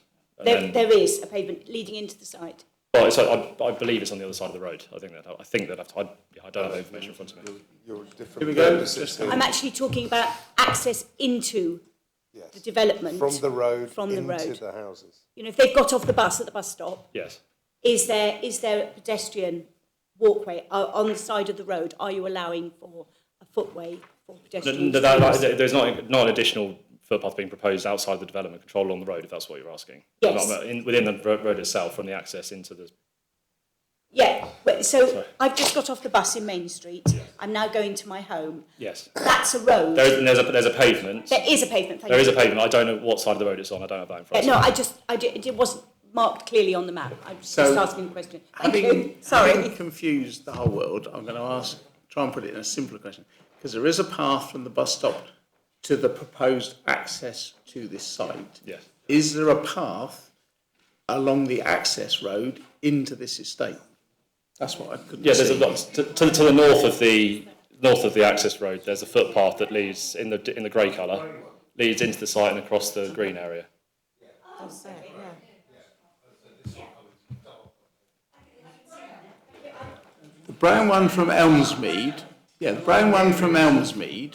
From Main, I don't know, from Main Street. Oh, yeah. To the sorry. north of there, across Sorry. the. Yes. Yeah. Thank you. It's just not alongside the road, which is so much nicer, isn't it? Councillor Graham. Hi. So the access, the main other access is through Ellesmere Crescent, Ellesmead Crescent. But if there's a piece of land that isn't owned, how can there be access? I'm confused about this because it's not your land. You're granting access to a site through it. So the vehicular access, as we know, is proposed directly onto Main Street across land entirely in our control. There will be an attempt made to try and provide the pedestrian access, the footpath that you can see on the screen. That's a footpath only, not a vehicular access. The one that you can see off the site. Sorry, I'm pointing up there. There's a footpath that you can see beyond the I went to the site, northwestern so corner. I understand what it is, but I don't understand. How can you attempt it if you don't know who owns it? Well, are you going to see? Are we going to compulsory purchase order? I mean, I don't understand. I think that's why it's described as an informal footpath and not a formal footpath. But I think Gillian wants to say. Well, plenty of people walk down things that aren't footpaths. I mean, Kemi might be better placed to comment, but I mean, the application is within the red line, and what is shown on the plan is a footpath going up to essentially the border. And then there is shown on here something happening on the other side of the fence, if you want to put it like that, or the boundary. But that may that's not part of the application, is my understanding. No, that's correct. Yeah. So, but it's a benefit if it can happen, but if it can't, you've got the other access in and out. Thank you. Any other questions? Yeah. Well, I'm talking about because you answered. Any other questions for Mr. Any other questions for Mr. Pickup, please? I didn't present that. No. Thank you. We now have the Ward Councillor, Councillor Paul Osborne, who's joined us online. Good morning, Councillor. Morning, Chairman. Thank you very much. I think I'll start firstly by thanking Hugh Commode, the earlier speaker, who sort of covered off about 95% of what I was going to say. So thanks to Hugh for that. This one has been a bit of it's caused a bit of concern in the village for some time. That's not, that can't be denied. Just looking at it, you sort of wonder why the site in the first place was put into the DASA if there's no access. That's the thing that sort of gets me. And we've got better sites in the village that the village would welcome to be developed. But the council say they're outside the development framework. Well, to be honest, half of this site is outside the development boundary. I just don't get it. I suppose we could be thankful for 3 affordable houses. The site originally was for 12, it's now for 15. So you're saying we've got 3 affordable houses for the village when we should be looking at probably 6 at the minimum. I don't know, the entrance onto the main road between 2 listed buildings, as Hugh said, your previous application spoke about, he was worried about the impact of putting a bit of a car park in front of a listed building. Now we're putting a road between 2 of them. I just don't know. It's just, I don't know. I don't know whether to be happy or sad. I'm probably a bit depressed. I suppose 3 affordable houses more than we got in Peasmarsh from the same developer. The argument that they can't afford any more, but they need to pay too much for the land. I don't know. Yeah. It's we're tied by a poor sort of site allocations and numbers of bid development going on, and it always puts pressure on sort of sites. And I don't think this site is really the best one for it, to be honest. I don't know what to say anymore. I think most of it's been covered off. But I just question why a site was put into a site allocation where it doesn't have an access. If you can't have an access, the site's no good. So then the site has to be enlarged to get the access through onto the main road, past the listed buildings. It's just don't stack up to me, I'm afraid. Sorry to be a bit pessimistic, Chairman. Have you finished? Should we keep you away from... yeah. Thank you, Councillor Osborne. Right, members now have an opportunity to ask questions of the officer. Please resist the temptation to express views or start the debate until all the members have had an opportunity to ask the officer questions. Councillor... Officers' questions. Councillor Bayliss. Yes, can I just clarify on paragraph 1.4? 1.4. So it says that it's not considered the impact of the proposal on areas or assets of particular importance. So is this site in an area of outstanding natural beauty, or whatever it's called these days, or not? Yes. It is. And why is it therefore not designated? Why is it decided that it's not going to impact on the AONB in, say, the same, as we discussed at the last planning meeting with Hurst Green? I'm glad that's one for you, Ed. I know what I would have said, but... It's as set up in the report. The site is partly allocated, so there will be an impact on the AONB. But as set out in the report, we've said the design of the scheme and the impact on its surroundings is acceptable. Bear in mind the context is immediately adjacent, and partly within the development boundary for the village. Thank you, Councillor Stanger. Yeah, thank you.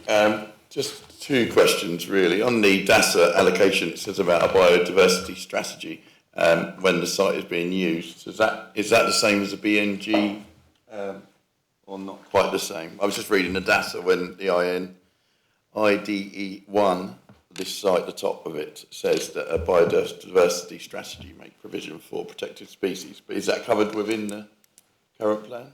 It's covered within the ecological documents that were submitted with the application, and also by conditions that it will be having on any planning permission. So we'd have a landscape environment management plan and an ecological design strategy as well to secure biodiversity enhancements, including, for example, maintenance and management of the pond that's on site. And the only quick one was street lighting. There isn't going to be any street lighting, or I can find it. Keep facing the microphone. Oh, sorry. Street lighting, none in there. I've said it as set out in the report. We would consider street lighting in the normal sense to be inappropriate in a rural village. That's not to say there'll be no lighting, but we've got a condition to cover that in terms of an appropriate lighting mitigation strategy for the site. Thank you. Thank you. Just before I come to Councillor Gordon, there's a question on the conditions and particularly what the second speaker again said about the net gain 10%, because obviously this came in before that changed, and the question was whether we can put a condition on to do 10%. But I wonder if perhaps already what's proposed is probably more than 10, could be more than 10%. But are we able to add a condition, trying to catch them up to how the law is now? I'm not sure we can, but. Thank you, Chairman. This application came in before the mandatory requirement for BNG. And as Ed already said, in terms of the allocations for this site, there are certain criteria that needs to be met. And this development has met all of that. we've also got strict or serious list of conditions to try to mitigate all this in terms of biodiversity, the great crested newt, the reptiles, etc. And I think that you have more than enough before you to make a decision, and it would be unreasonable to now start asking the applicants to provide a 10% PNG when they are not mandated to provide one. Thank you, Chairman. Thank you. Councillor Ball. That's a question for Ed. Ed, so 0.4 of a hectare is outside the development area of Iden. So what is acceptable and not acceptable, bearing in mind you're almost 50% outside, the plot is almost 50% outside the development area? What is acceptable? I think in this case, the application site actually relates to a field, so the development would be contained within an actual field. The allocation, strangely, goes across half of the field. I'm proposing some hedgerow planting along that boundary, but actually the development that's proposed now seems logical to me. It basically, it relates to the field, the whole field that it'd be situated in. The other thing is, it's not, the development is also including a lot of green space within it, and there's a central green that's being proposed. And as we touched on earlier, there'll be additional landscaping provided to the boundaries. Okay, I understand that. But what would be acceptable then? 60, 70%? It's interesting to know for future markers, basically. I'll comment on that. I think, as always, it's every proposal on its individual merit. So it's very difficult to talk in terms of percentages. It's you look at a site and whether an application site and whether it's appropriate to develop that site for that particular location. So if you're saying this is 50% in this case, go to another village, it may not be acceptable there because it's a different village with a different impact. So yeah, very much each proposal on its individual merits. So I understand what you're saying, officers, but I'm just thinking about creep for future development. That's all within Rother and the AONB, basically. That's my concern. Chairman, can I just come in on that one? I think what you're looking at here is a site allocation which allows up to 12 dwellings. And then there is a site that is to the south of that, which is now being incorporated in this development. And you're only looking at additional 3 dwellings in total on the whole site. And you can see as the development is being laid out, it's not cramped. For that purpose, you need to look at that in, say, for example, a different scenario in another area where you can talk about maybe creeping or sort of sprawling into another field, but it's how the site itself is developed where it doesn't amount to overdevelopment. Those are the criteria we will be looking at. So we cannot give a set criteria to say 50%, 20%, 30%, but it will depend on the individual scheme and how it is laid out and arranged and proposed to us. Thank you, Chairman. Thank you. I've got Councillor Creaser, then Councillor Barnes and Councillor Ganley. These are questions to the officer, yes? Councillor Creaser.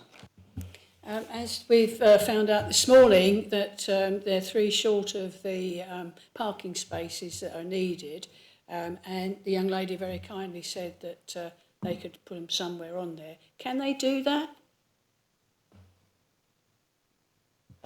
Chairman, I'm a great fan of less parking. So I think the thing that members should be looking at is ways of pushing more sustainable modes of transportation rather than filling development with parking spaces. But in terms of this development, what you should be aware of is that when the application came in, the policies that guided at that time, it is compliant.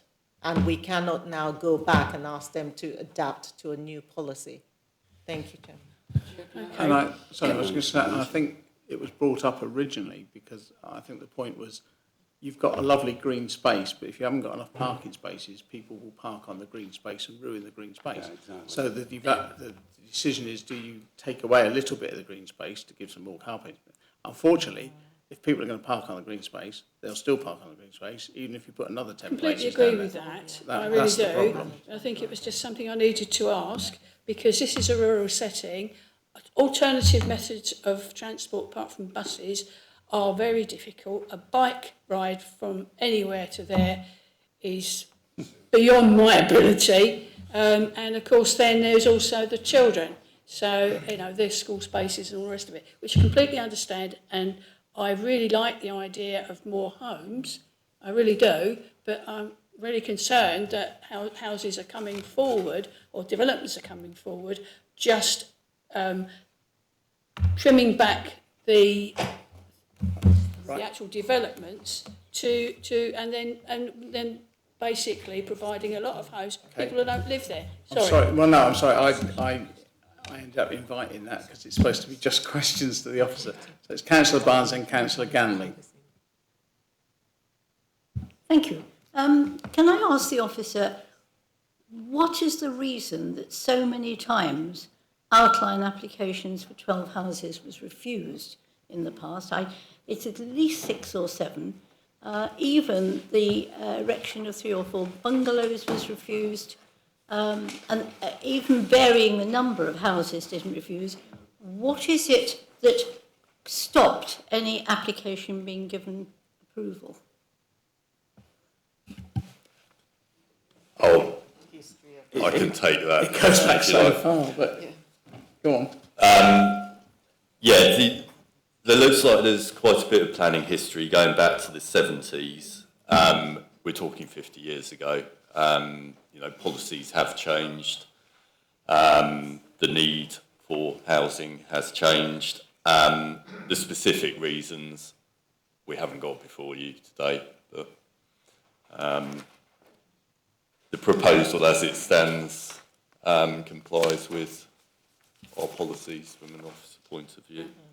Thank you, Matt. Can I just, I think it is really important to say you make decisions based on the circumstances, the national, the government policy of today, and what the case was, frankly, in the mists of time, they would have been different, and you would make different planning decisions based on the circumstances that were relevant at that time. So members here are being asked to make a decision on this planning application, on this site, at this time, related to this government, and I actually stress that, this government's approach to housing growth and the need to deliver nationally in a local context. Thank you. Just before I come to Councillor Ganley, I was going to say, and also the first 4 of those were before Rother District Council existed. And Chair, before this allocation, so that it wasn't an allocated site, so part of it wasn't allocated. Councillor Ganley. Thank you, Chairman. I was just reading through the objections, some of which were obviously written, most of which I'm sure were written before the publication of the report, because some of them were quite obviously quite wrong. However, 2 of them refer to street lighting, and my question is street lighting proposed? I've answered that already. No street lighting is proposed. What we have is a condition. Thank you. I didn't hear the... Councillor Groner, then Councillor Mear. Just following on from Councillor Gordon's question about the allocation, it sort of seems when you've got one field, there must be a very specific reason why half of it would be allocated and half of it wouldn't. Is this anything to do with the Grade 2 listed building situated to the east of the field? The site was only half of the site was allocated because there were concerns about the potential impacts on listed buildings. On listed buildings. Okay, thank you for that. Councillor Mear, then Councillor Gray. Councillor Ganley, sorry, can I ask you to turn your microphone off? Thank you. Councillor Mear, then Councillor Gray. Yes, a question for officers. I don't like to raise the question of the financial implications for Rother. I hate having a gun held to my head, and I think it's the wrong thing. But I do think members need to understand the financial implications should this not be allowed, so that they can weigh that in their considerations. Now, my understanding is that we would lose, if we did not grant this, we would lose the new homes bonus, even if it were allowed on appeal. Can I have advice on that, please? Chairman, in terms of the materiality of the new homes bonus and even the community infrastructure levy, unless it is clearly ring-fenced for infrastructure to support the development, then that is a lesser consideration. But there are other financial implications if you are talking about potentially refusing this application, not least that it is a partially allocated site and we have a very, very limited housing land supply. And as I say, the direction of travel from the last government to this government is most clearly related to delivering houses. And if we don't deliver as a district houses on sites like this that are allocated, you will be needing, everybody will be needing to find other sites to deliver housing. And if we took this to an appeal, then that is an expensive business, is all I'll say. Could I just have clarification on the new homes bonus? I think we lose that, do we? Oh yes, you wouldn't, sorry, I wasn't clear about that. Yes, you would lose the new homes bonus. Thank you. Councillor Gray. Thank you, Chair. Just a very quick one, Ed. The TPOs for the existing trees, I know we discussed this at the site visit, but you did confirm that you would look at a very large tree, I think it was an oak, but I couldn't get close enough, that you would check whether that was a TPO, and if not, you would make it one. Thank you, Chairman. I think we have been directed that we cannot slap a TPO on a tree just to stifle development. But what we are in terms of this development is that according to their tree plan, the plan they've given us, there will be trees that will be retained. And the best we can do right now is to put conditions to protect those trees during construction. After the construction, then we would look at potentially an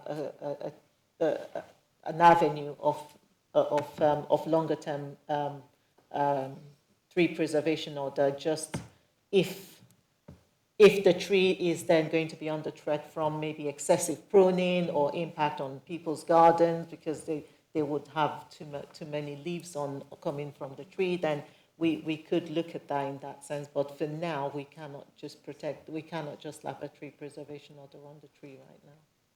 Thank you, Chairman. I've got a feeling that tree's pretty obvious, though. I wouldn't have thought anyone would propose something, but you never know. Councillor Corona.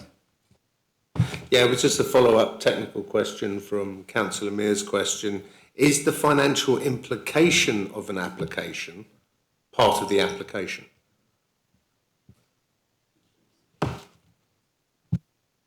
I'm going to answer it first in that I'd love to get rid of all references to money in these things because it's a red herring. When you say the implications, the benefits, things like, and in the report, you look at the balance, and one of the issues is, for example, the moderate benefit of construction, the moderate benefit of the future residents to the local, to the local economy. So yes, that is part of the consideration. But is that part of the application, or is that the consideration of the application? It's the outcome of the application. It's the same as you have Section 106 proposals in here. They're directly related to mitigating aspects of the application, and they are material to your decision making. Okay, thank you. Councillor Gordon. Yeah, I find it very difficult to make a decision because I feel as though I'm under a lot of pressure. I'm under pressure for financial pressure for Rother, and also as a sort of citizen of Rother, you know, you've got 0.4 of a hectare of development going on outside the development boundary. So I find it very difficult to make a decision because I feel as though the money is a big pressure. That's my comment on the matter. Thank you. This is still question time, but I must admit, money to me shouldn't come into it. But any more questions of the officer? If not, we'll go on to the debate. And for those people waiting, I've got to tell you that as soon as this one's over, we will be having a break. Or we won't move on to the next one, I'm sorry. So the matter is open for debate. Councillor Stanger. Yeah, just highlighting where I'm at the moment. I think the solar, heat pumps, electric car charging, the wildlife corridors, the pond, the green, I think they've done a lot. The free house is affordable. I know it's not necessarily 4 or 5, it should be, but it's a start and they're prepared to go along with it. If the other access was available, it would be ideal, but this site is mentioned in the HELA 2024, the new local plan and the old DASA. So I will move with the officer's recommendation after debate. Thank you. Councillor Bayliss. We unfortunately used the word move, and it's a chairman's nightmare. So are you moving yourself to accept the officer's recommendation? Accept the officer's recommendation after the debate. Councillor Bayliss is seconded it, not wanting to speak. I'm glad. Yes, I do. No, but I know, but I thought you were putting up your hand to speak. So. But not to stifle debate. I was going to second, but that's okay. Right. Now, Councillor Bayliss, by all means, speak. Yes, thank you very much, Chair. I mean, I think I've been weighing this one up in my mind since the site visit on Tuesday, and been thinking about this and veered between two, refusal and approval. But I actually come down to approve or support approval and the officer's recommendation. I think the Green Homes proposal is exciting. I think the design of the properties are, look in keeping with the area. It will increase the supply of homes. We are desperately in need of homes. And I know that we're only talking about 20% affordable here, but that's better than, so the last application in Peasmaster, where we went with no affordable properties. So this is definitely an improvement. It's, I think, a sort of unkempt bit of land, and it will.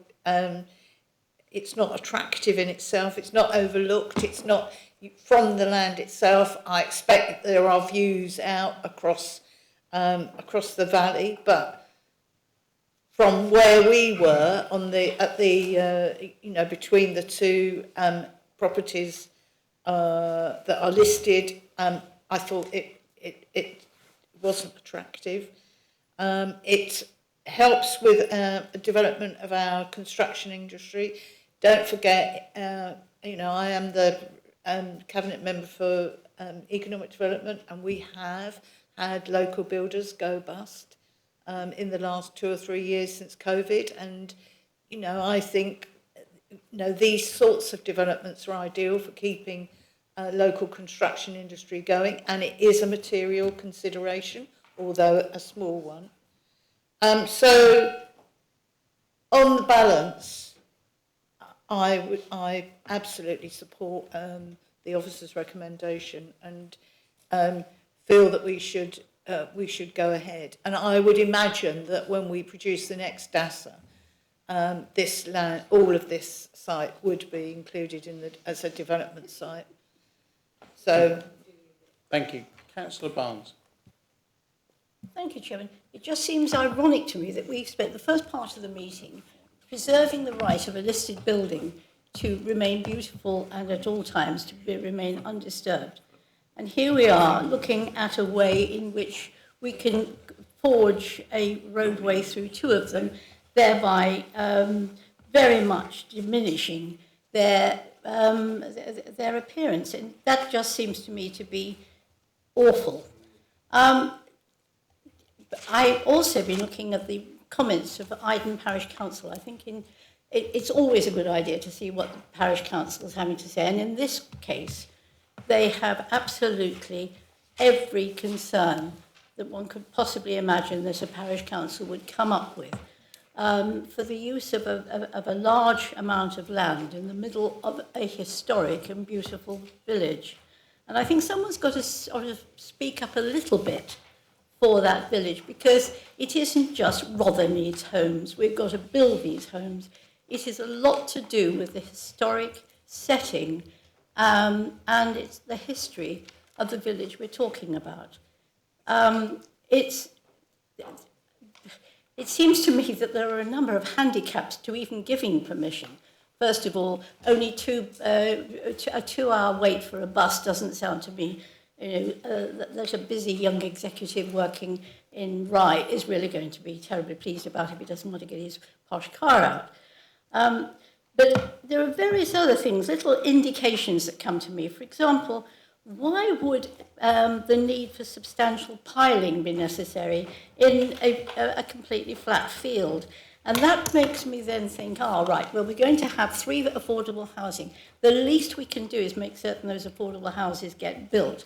And can we make it a condition that they are built first so that the rest of the development comes after it? I think it's just generally a depressing sign of the times that we are looking at the fact that the road is not going to be safe to pedestrians. There was a nasty bend as you look left out of that turning. That the original, very much better Idemere road in would have been so much better and would have been more disguised for the development from the road. I'm going to have to give in and say, I can see it's going to happen because I'm sure they'll win on appeal and, all those things that we've ever said about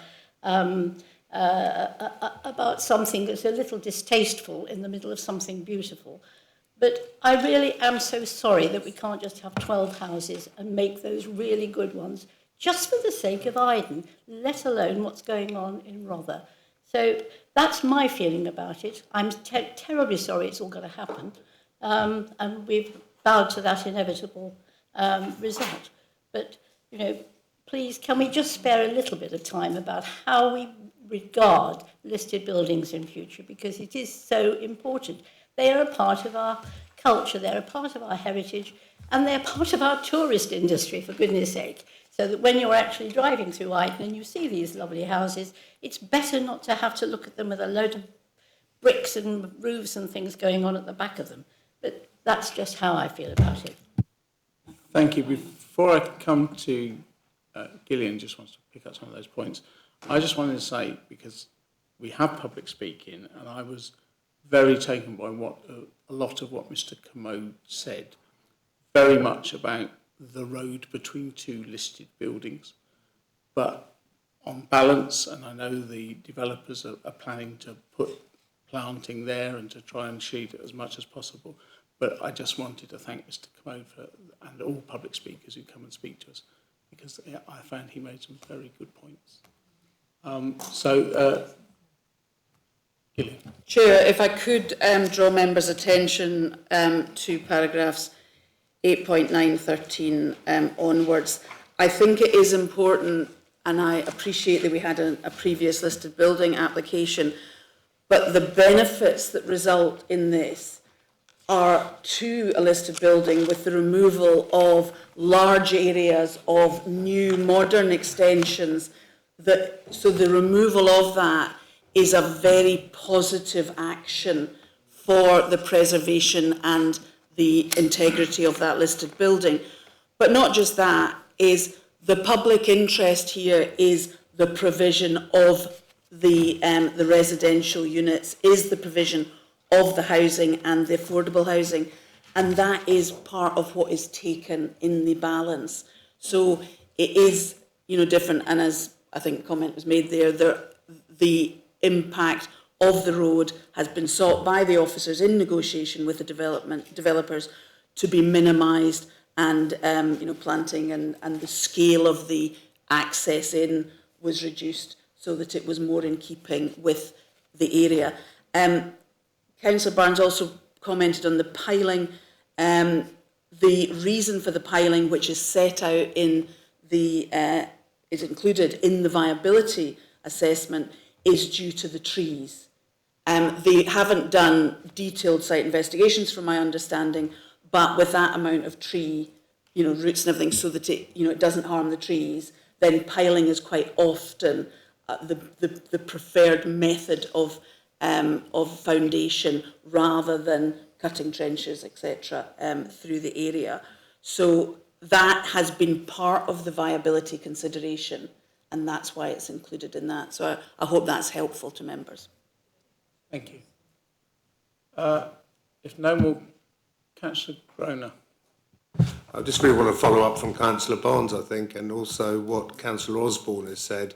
It is regrettable that there is this sort of cycle that the site wouldn't be viable other than the access piece of land from the other street, which isn't owned, which means it can't be done. And it's been rejected so many times, and there's a very specific reason that half a field has been excluded from the development boundary in order to protect a Grade 2 listed house to the east because of the impact. And yet we're still going to go through two of them in order to make the whole thing viable anyway. So it's an unfortunate sort of vicious circle there. And I'd like to say we probably can't stop it, but it doesn't feel right in some ways. Councillor Mear. You can tell I'm trying to get to the vote, but Councillor Mear. Yes, I didn't really want to delay it, but I did want to say something, Chair, and that is that we have here the luxury of a full application, which means that we can actually see what it is that we're going to get. We can see how this will affect or not affect the listed buildings in a way that we wouldn't have done if it had just been an allocation of the field. This is clearly a high-quality development by excellent architects who have been working together with the officers, and the plans have evolved in conjunction with Rother, and I like to see that. I think that's something very much to be welcomed.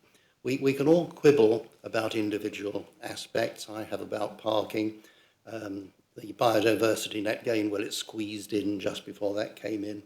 The question of trees on the north boundary was raised. We could all, perhaps in an ideal world, find improvements that we could make to this. But this is, in reality, as good as it gets. It's a good, safe site with good access, well designed, green space, preserving the pond and trees, and providing the housing which we need for the district. And I support approval of the officer's recommendation. Thank you. I think we've debated this tonight and everyone's had an opportunity, so I'm going to move to the vote. Chairman, can we put in my condition about the 3 affordable housing? Is that possible? I don't think it is. I'll check with the officers, but I think if they had to build the affordable houses first, they've got no money to build the affordable until the other. In terms of that, I don't think it would be reasonable, and I don't think it would potentially be possible. The nature of planning viability is impacted by the order of events. Most house builders and most viability is assessed based on the ability to start construction and sell something to then fund the rest of it. And so therefore, I don't think it would be reasonable. If we did seek that, then I think we would be back to square one in terms of assessing the viability, which could then mean that there was no viability for the affordable houses that are proposed. Chairman, I was just trying to safeguard the fact that we want those affordable housing. Yes. Oh, I think that's loud and clear. Sorry, could I just make one point? Because I think actually Gillian actually addresses something here. I would quite appreciate some training on how you do the affordability calculations. It is raised on occasions with me as a councillor about, you know, why are we allowing developments without social housing? And it would be really good for me, and I think other members, to be able to understand how those affordability calculations are done. Chair, I am happy to organise that. It is an area that I train councillors all over the country in terms of viability of development and developer contributions. And as a slight aside, if we could get the meeting shorter, we could spend more time training. That's an own goal on my part, but there we go. So we're moving to the vote now, proposed by Councillor Stanger, seconded by Councillor Bayliss, and it be resolved to grant full planning permission, delegated subject to conditions and a Section 106 planning obligation to secure financial contributions as required by East Sussex County Council Highway, bus stop improvements as required by East Sussex County Council Highway Authority, affordable housing provision, maintenance and management of green spaces to be provided on the site, and an off-site receptor site for the existing reptile population. All those in favour, please show clearly so that we can be counted.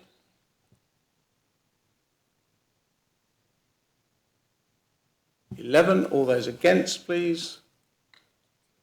2. That is carried. Permission is granted. We're now going to have a break till 12:15. If you can grab a quick lunch now, but we'll be back at 12:15. Thank you. Welcome back. Apologies to the people involved in this next one for having that break, but after 2.5 hours, I can assure you we needed it. You probably did as well. So this is moving on to agenda item 8, which is the application RR 2024-1068P, 13 Stableford Westfield, and it's for the erection of a single bay garage at front of the dwelling. It's a resubmission of RR 2023-2551P. The reason for the committee consideration is it was called in by Councillor Cooper. If it was recommended for refusal on the grounds that the proposal is screened and would not impede entrance or exit to the close. The recommendation from the officers is it be resolved to refuse full planning permission. This application is subject to the public speaking scheme, but as no one registered within the time allowed, we will hear from Katie Edwards, the planning officer, who will present her report to the committee. We will then hear from one of the ward councillors, and after the councillor is finished, officers... Sorry.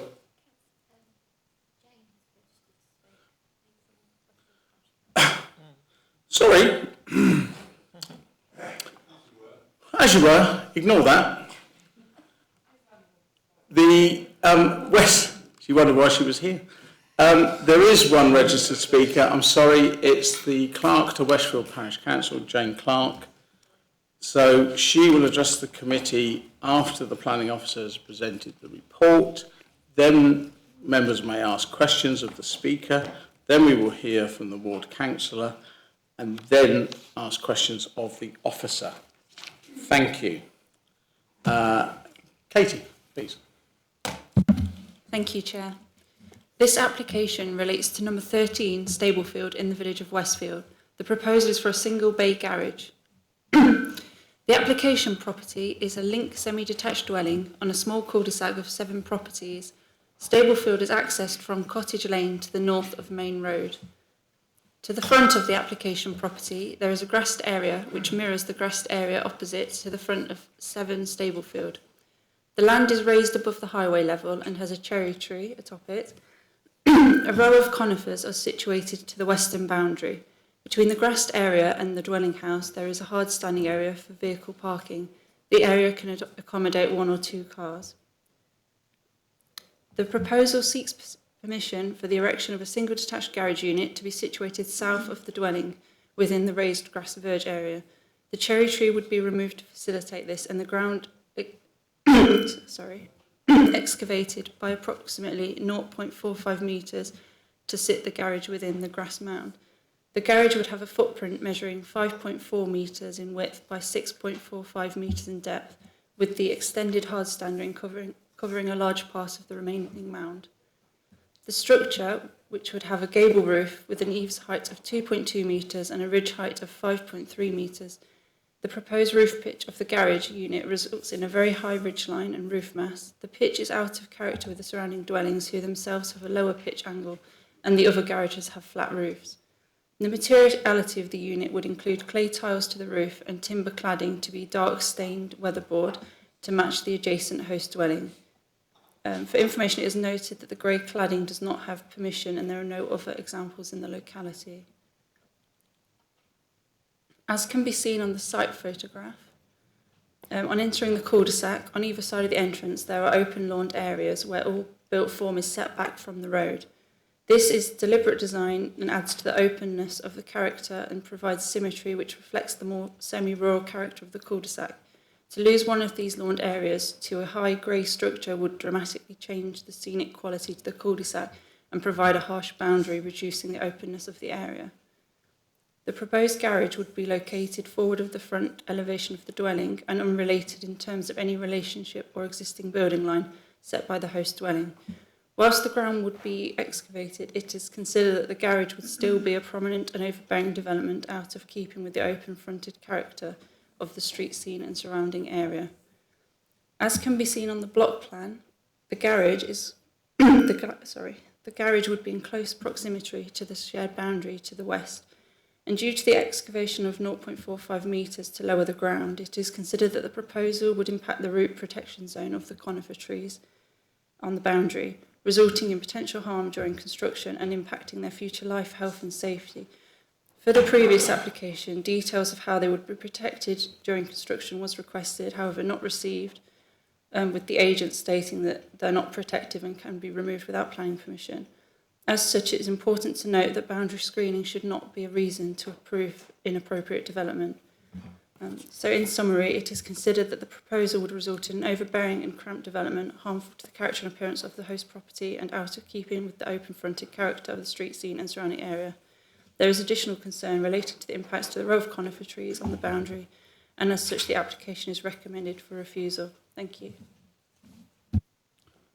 Thank you, Katie. Right, as previously mentioned, we have one registered speaker, and that is Jane Clark, the clerk to Westfield Parish Council.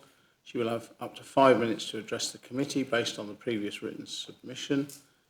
New information cannot be introduced at this stage, and I will interrupt her if she is still speaking at the 5-minute mark, and I suspect she'll ask me for a 30-second warning. Jane, please.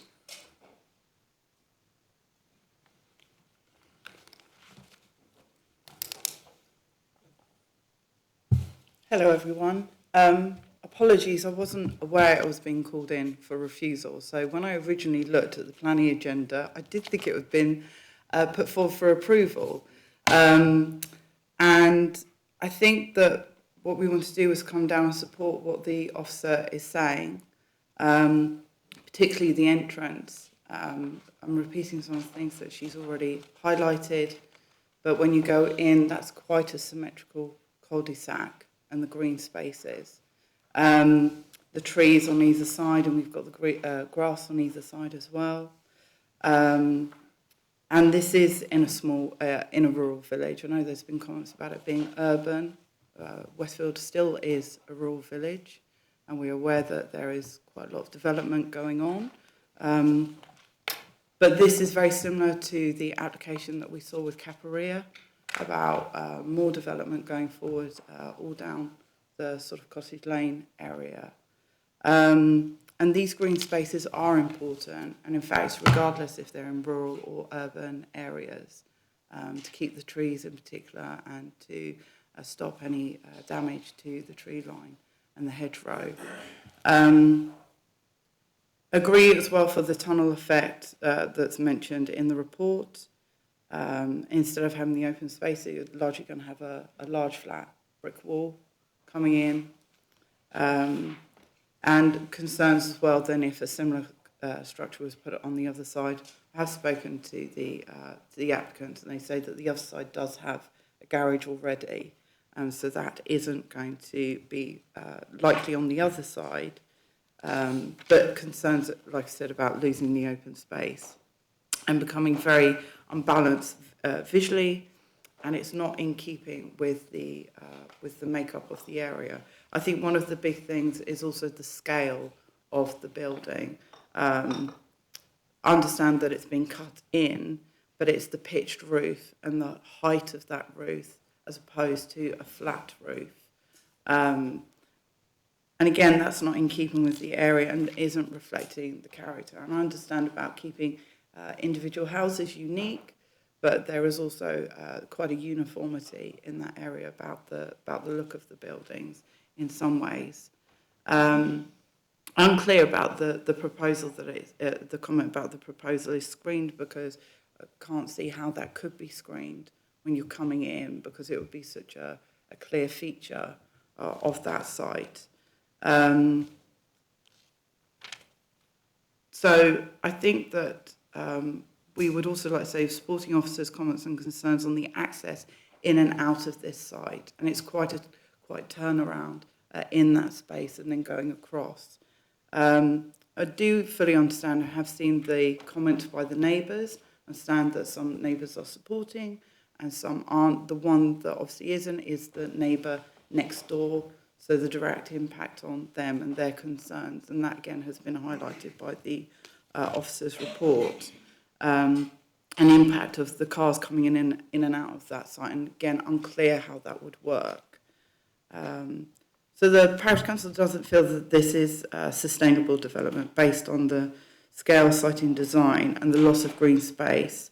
There are concerns about the tree removal and unknown impact on the existing conifers and the change of character to the cul-de-sac overall.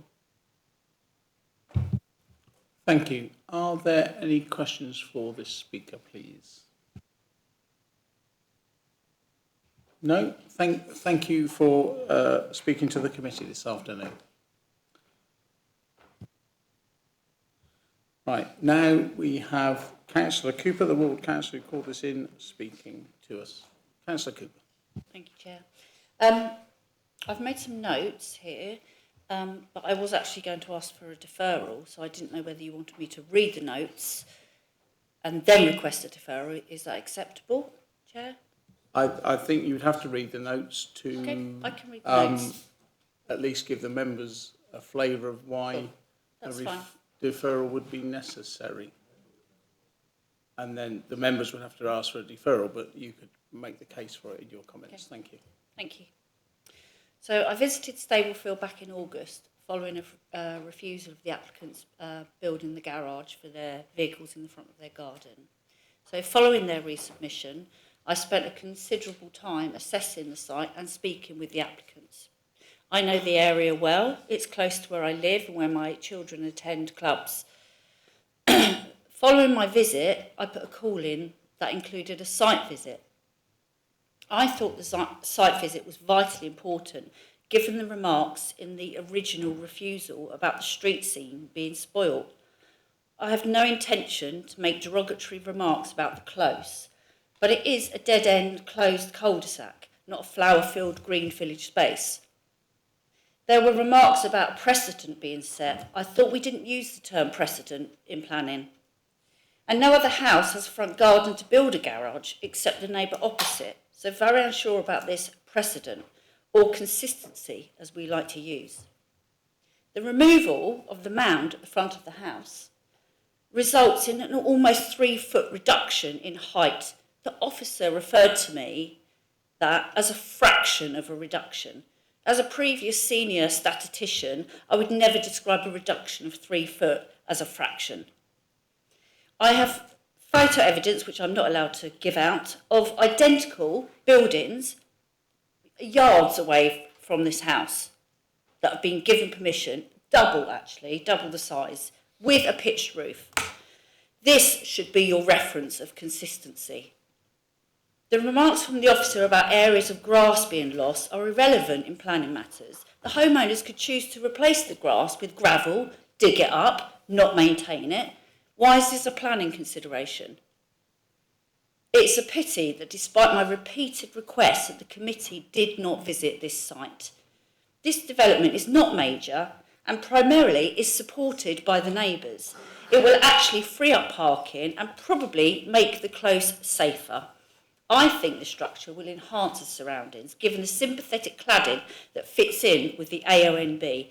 This small garage will be completely screened, and having driven in and out of the property, and I am not the world's best driver, does not present any danger as supported by highways. I think this application has been over-assessed and common sense should prevail in approving this.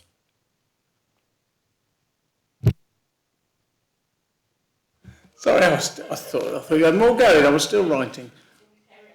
No? A question of... You don't normally have the questions of the council, although I did have a query over, because at one point I thought she said 3 metres, another point she said 3 feet, but so I sort of had that in mind. Feet, thank you. Perhaps you can find another way to do it, because we don't normally question the ward councillors, because the ward councillors say what they say. And she's made the case for what she's laid out, that she thinks we should go for different... Can I just say why I suggested maybe the deferral was two reasons. Presumably. The site visit didn't happen, and also the applicants were not given the opportunity to speak despite me putting in a request due to some we'll stick with the site visit. Admin error. I would support a deferment for a site visit. I would second deferral for a site visit. You can, and we can get to that, but that's not a question of the councillor. So we don't normally ask. So we've actually just had a proposal from Councillor Bayliss, seconded by Councillor Gordon, to defer this to allow for a site visit, and this would be brought back to next month. Other people are going, why? But that's what's been...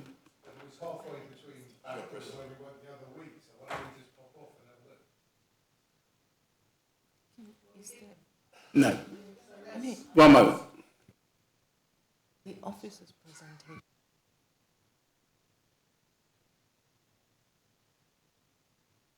Yeah, so you say we could have done that, but also what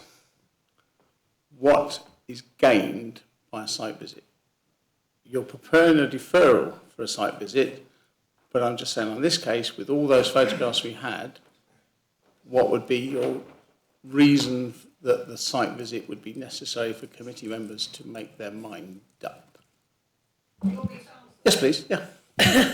Well, I think you can look at any photograph you like. It's two-dimensional. I want to sort of see 3 or 4-dimensional site and how it feels and what it looks like in terms of the space, the relationship to neighbouring properties. I can look at a plan. I agree with that. But on this occasion, the objections that have been put forward, relate to sort of visual feelings that from the neighbours. Before making a decision, I just want to go and have a look. Thank you. No need to look at me like accusingly of why do you want to know that for. It helps us all, I can assure you, by stating those reasons, other members can make up their minds, etc. Councillor Groan and then Councillor Gordon. Just listening to what people have said and look at the photos, it seems very clear cut that this is a massive visual intrusion, but then listening to other people speak, saying it's completely not. And I have to believe my fellow councillor across the way there from the ward, that if she says that, it is certainly worth verifying what she says. And that would leave me conflicted. I was actually thinking of abstaining on the basis that I don't really feel one way or the other. Councillor Gordon. Yeah, I think the fact is there's a lot of confliction going on here. I'd just like to have an eyeball it with one eyeball just to see what it's all about. And because we have a councillor saying something and the parish councillor saying something, and I'd just like to see it. Okay. At risk of the officers bursting into tears at any one moment, the motion is to defer this to allow for a site visit and for it to come back in November. All those in favour, please show.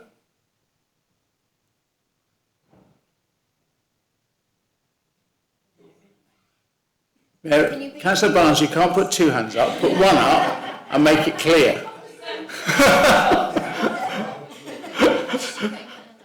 1, 2, 3, 4, 5, 6.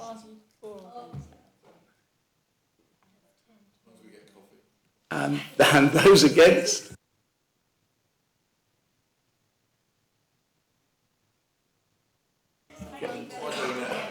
So this is against. Clearly put your hand up if you're against deferment.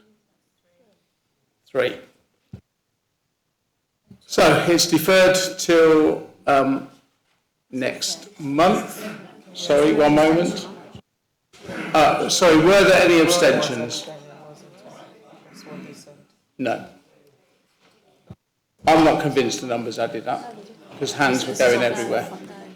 How many, Julie, how many have you got total votes recorded? 13. Oh, that's, yeah. Yeah, no, that's fine, thank you. Yeah, but it wasn't clear, was it? So that's deferred to next month. Thank you, ladies and gentlemen. Thank you, Councillor Cooper.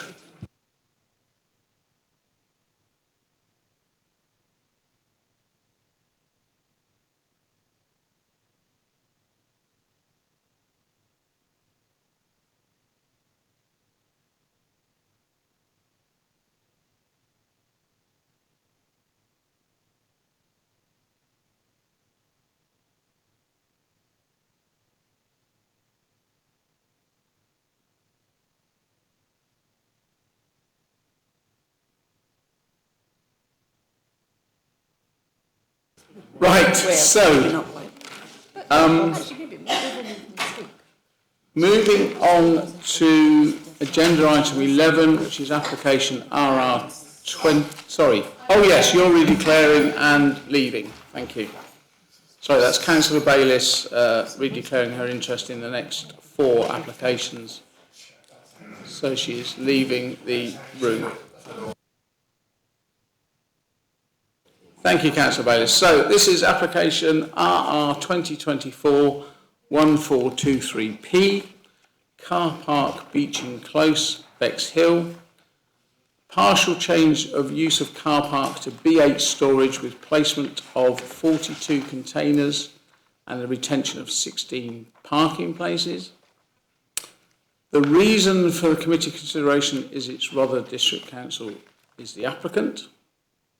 The recommendation is it be resolved to grant full planning permission, delegated subject to expiry of statutory consultation period. Which brings me to, I've just got to check how I can say this.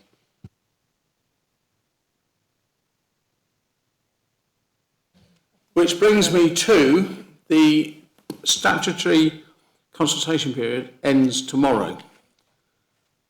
And I know of at least one group that intends submitting an objection to this, either today or tomorrow. I don't see how we can discuss an application that the consultation period is still open on. So I was going to move for deferment to next month, much to the annoyance of, I know, part of the council. But I don't see how we can discuss it when people are still able to object or support. So I moved that regretfully, but I think it's the way, and Councillor Groner supported it. But of course you could all say no, let's hear it today. So that's going to the vote now. Who's in favour of deferring this application about the Beeching Road car park? Sorry.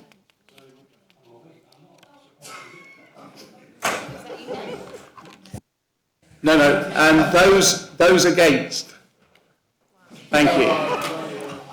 That is carried, but of course we've already got 2 things on next month's list. Let's hope there's nothing else.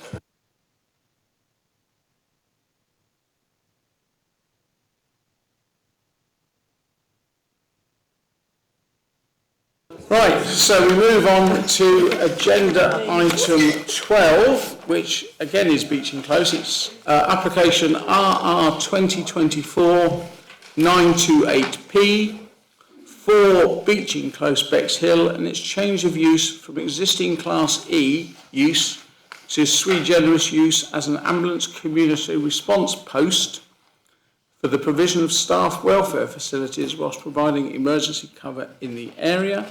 It's come to the committee because it's council-owned land, and the recommendation is that it be resolved to grant full planning permission. No one has registered to speak on this application, therefore the planning officer will present a report and will then be asked questions by the committee members before they begin their deliberations. Katie Edwards, please.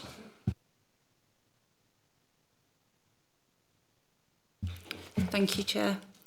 This application seeks permission for a change of use to allow for emergency community response posts to provide welfare facilities for staff whilst providing emergency cover.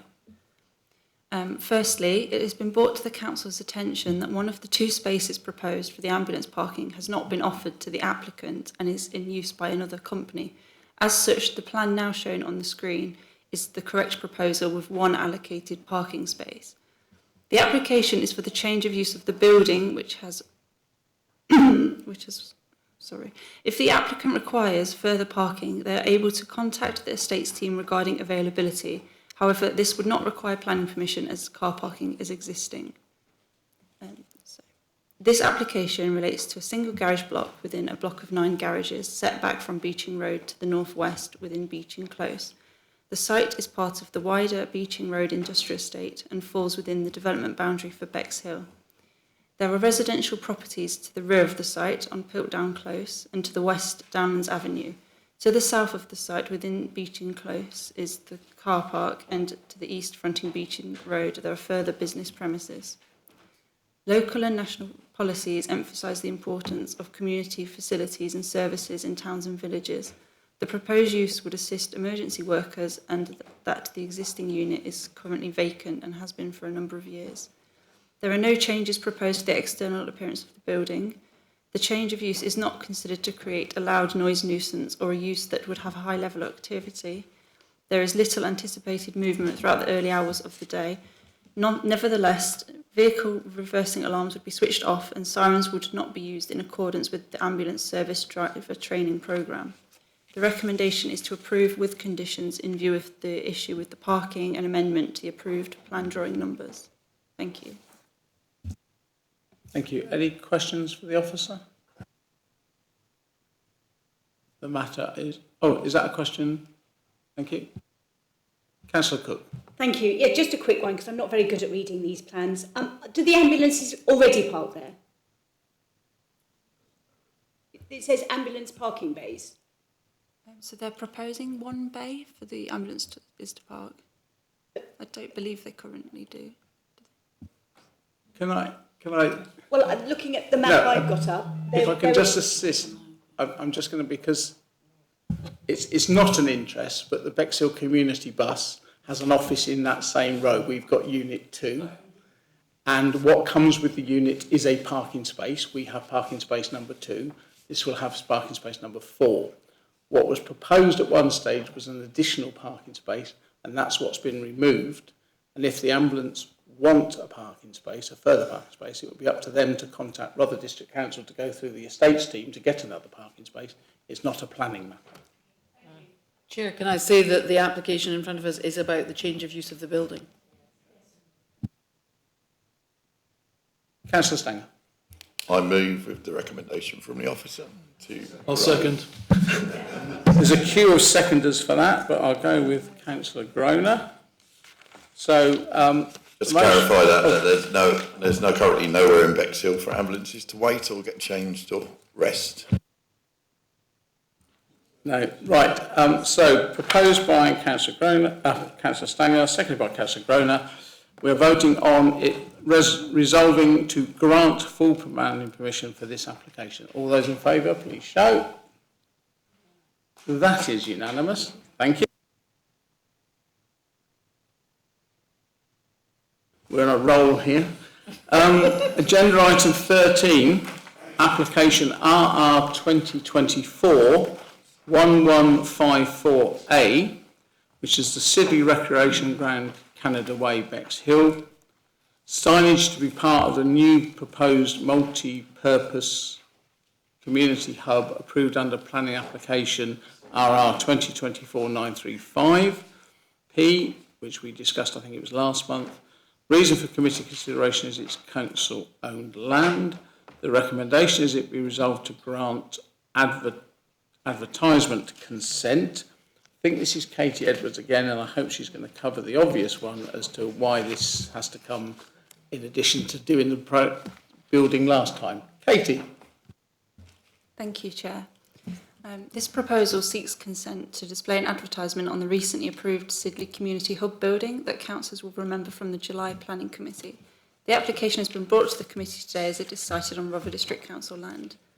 The signage would include lettering reading Sidley Hub, which would be constructed with acrylic in a light grey colour. The letters would have a height of 70 centimetres and a depth of 5 centimetres. The signage would be situated on the south-east elevation above the first floor terrace. Additionally proposed are 2 hearts, which is the Heart of Sidley logo, which would be, again, constructed with acrylic. These would be situated either side of the entrance block to the hub. Sorry. The placement can be seen on the elevational drawings. When appraising advertisement consents, there are 2 planning considerations: design and visual impact and highway safety. The proposed signage is acceptable in terms of scale and design. They would be modest in size in relation to the building and are non-illuminated. The colour grey is not considered to be intrusive. The adverts would be set back from the road and there is no proposed distracting flashing lights, and as such they are not considered to impact public highway safety. As such, advertisement consent should be granted for the proposal. Thank you. Thank you. Any questions of the officer, please? Sorry, Councillor Gordon, what did you say? No, just... I dragged that mutter into you saying something. Well, I'd move to approve, Chair. Councillor Gordon's moved it. Councillor Gordon, that's right, don't mutter, just move a motion. It's much better. So the motion is that we accept the recommendation and resolve to grant advertisement. Consent. All those in favour, please show. Another outbreak of unanimity.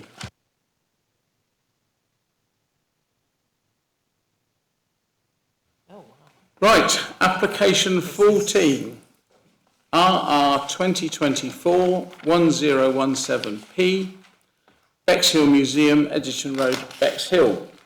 And the proposal is for structural repairs to the... Oh, sorry. Sorry. Yes, redeclaring your interest. Yes, you're our representative on there. The substitute. The substitute on their board, thank you. So the proposal is for structural repairs to the lower ground floor space, including floodproofing and works to walls and windows, installation of a new roof, internal renovations and levelling of floor, removal of existing concrete ramps into the building, proposed alterations to the lower ground floor, including works to the front elevation and new disabled door access from the rear elevation, called into committee because it's council-owned application site. No one has registered to speak on this, therefore the planning officer will present the report, will then be asked questions by committee members before they begin their deliberations. Mr. Vladimir. Thank you, Chair. The application before you today is RR 2024-1017P for proposed works at Bexhill Museum, which is located on the northern side of Edgerton Road, with the rear of the building facing Edgerton Park, as can be seen in the site location plan. The proposal consists of 4 key elements: the removal of the existing concrete ramps providing access to the building, alterations to the rear elevation, including the installation of a new disabled access doors, the infilling of recessed areas on the front elevation, and the installation of a new roof covering over a section of the flat roof. The museum features a mix of modern and Edwardian architecture. The front elevation faces Edgerton Road, while the rear faces Edgerton Park. The proposal seeks permission to renew a previously approved application, RR 2021-2629P, which is due to expire in February 2025. The new roof covering is the only addition beyond the works previously approved. The applicant has confirmed that the works will begin after the expiry of the current permission, with this application intended to ensure continuation of the planned improvements. In regards to the key issues, the key considerations of the proposal are the impact on the character and appearance of the building and area, and the effect on neighbouring properties. In regards to the impact on the character, that's just a location, aerial photography of the site. Policies OSS4, BX1 and EN3 of the core strategy emphasise the importance of respecting local character and ensuring high quality design. The proposed alterations to the front elevation, specifically the infilling of recesses with blockwork and render, are minor and will be in keeping with the building's existing character. Similarly, the changes to the rear elevation will include new glazed and panel doors, which are sympathetic to the existing design and will create a more coherent appearance when viewed from Edgerton Park to the rear. The proposed new roof covering, which will replace an area of flat roof adjacent to the pitch roof, is also considered minor in nature and would not detract from the building's character. In regards to the impact on neighbouring properties, the nearest property is Cunningham House, which is located over 17 metres away across Edgerton Road.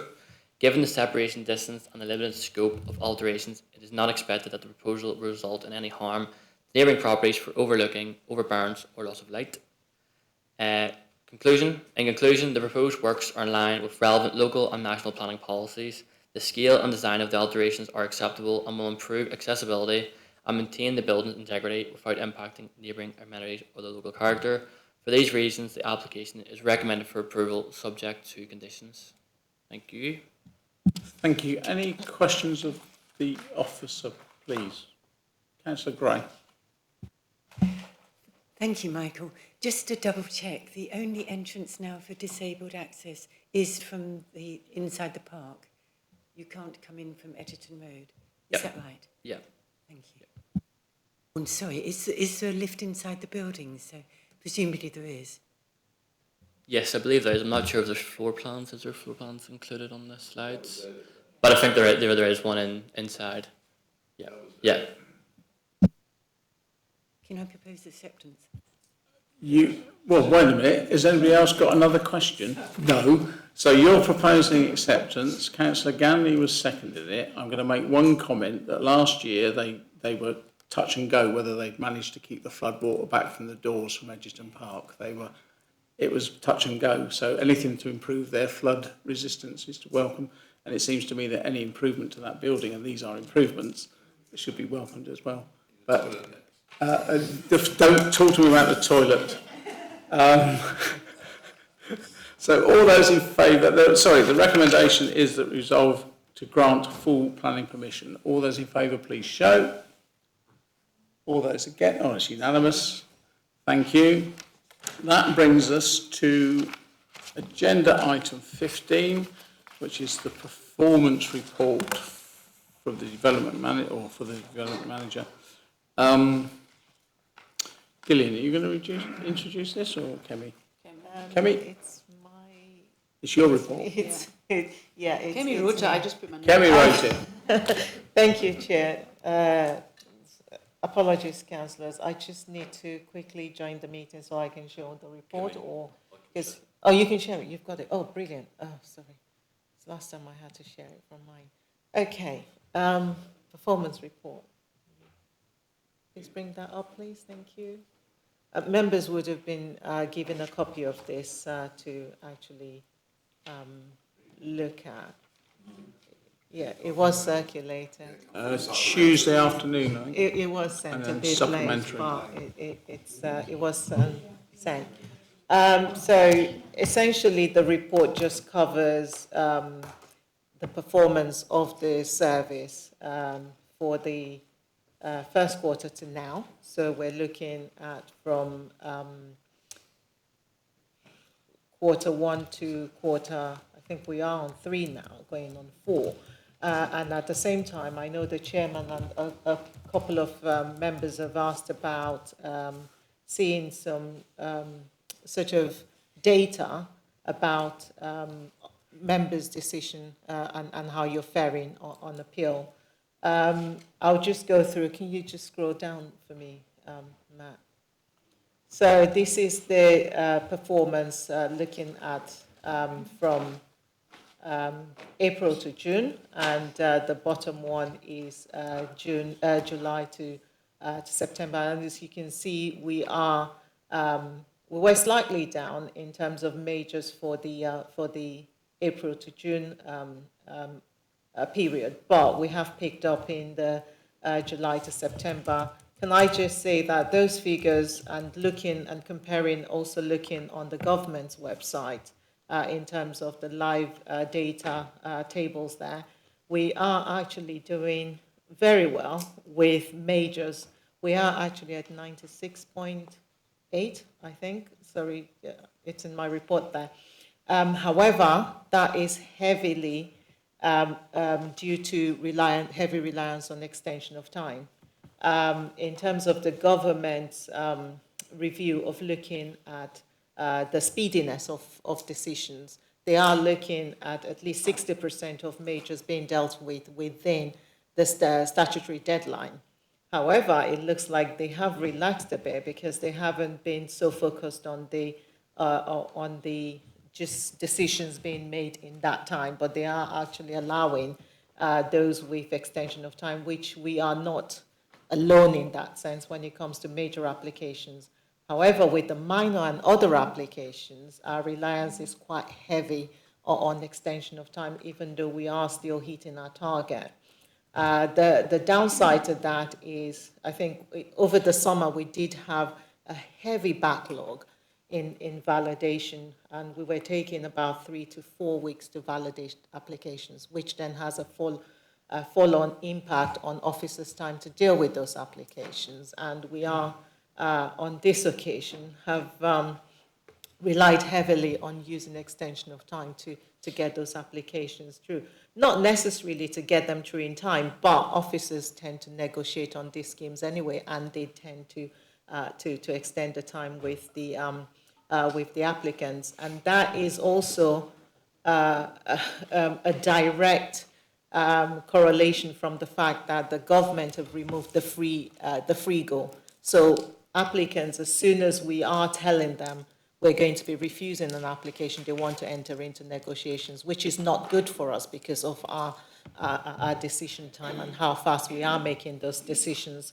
However, the government also tell us to be proactive and work proactively with applicants. So it's a double-edged one. So we have to be, we have to a certain degree, entertain those revisions and those amendments, and that will then in turn require extension of time. That again, if we are going to be improving on that going forward, well, with the limitations of a seller, that also is a contributing factor to that. In future, we're hoping to have a new software which will help us better, and also improving our pre-app service offering would also help, because with the questions from the new NPPF, where the government have asked whether or not increase in household planning application should go up, a lot of us have said, yes, we want the application fee to go up, which means that there would be little tolerance from us officers to actually negotiate during the term of those applications. So we would then be pushing applicants to rely more on using pre-application advice before putting an applications to us. So that is where we're going in terms of that. So it looks good in terms of the figures, but we can't be complacent in that sense, and we are using all the avenues available to us to get our decisions up. So can you go down, please? And then this is just to show you the enforcement workload. We have had quite a busy period, and as you know, I've only got 2.5 officers in the team. We are doing our best, and we have a weekly meeting where we go through the cases in front of us, and we try to close those ones that we think are not expedient, and we take forward the ones that we believe that are actionable in protecting the environment and public interest in those sense. So it is relatively high, but we are doing the best we can, so we can only get better. And Gillian has been, I don't know if it's public record yet, but I will let Gillian go to that at the end, so to comment on staffing levels, etc. Sorry, Councillor Ganley. Yes. Sorry. I understand you have a budget for 5 enforcement officers. Yeah. We currently have 2.5. When are you going to recruit the additional 2.5 enforcement officers? Gillian is going to touch on that. Chairman, if it's okay.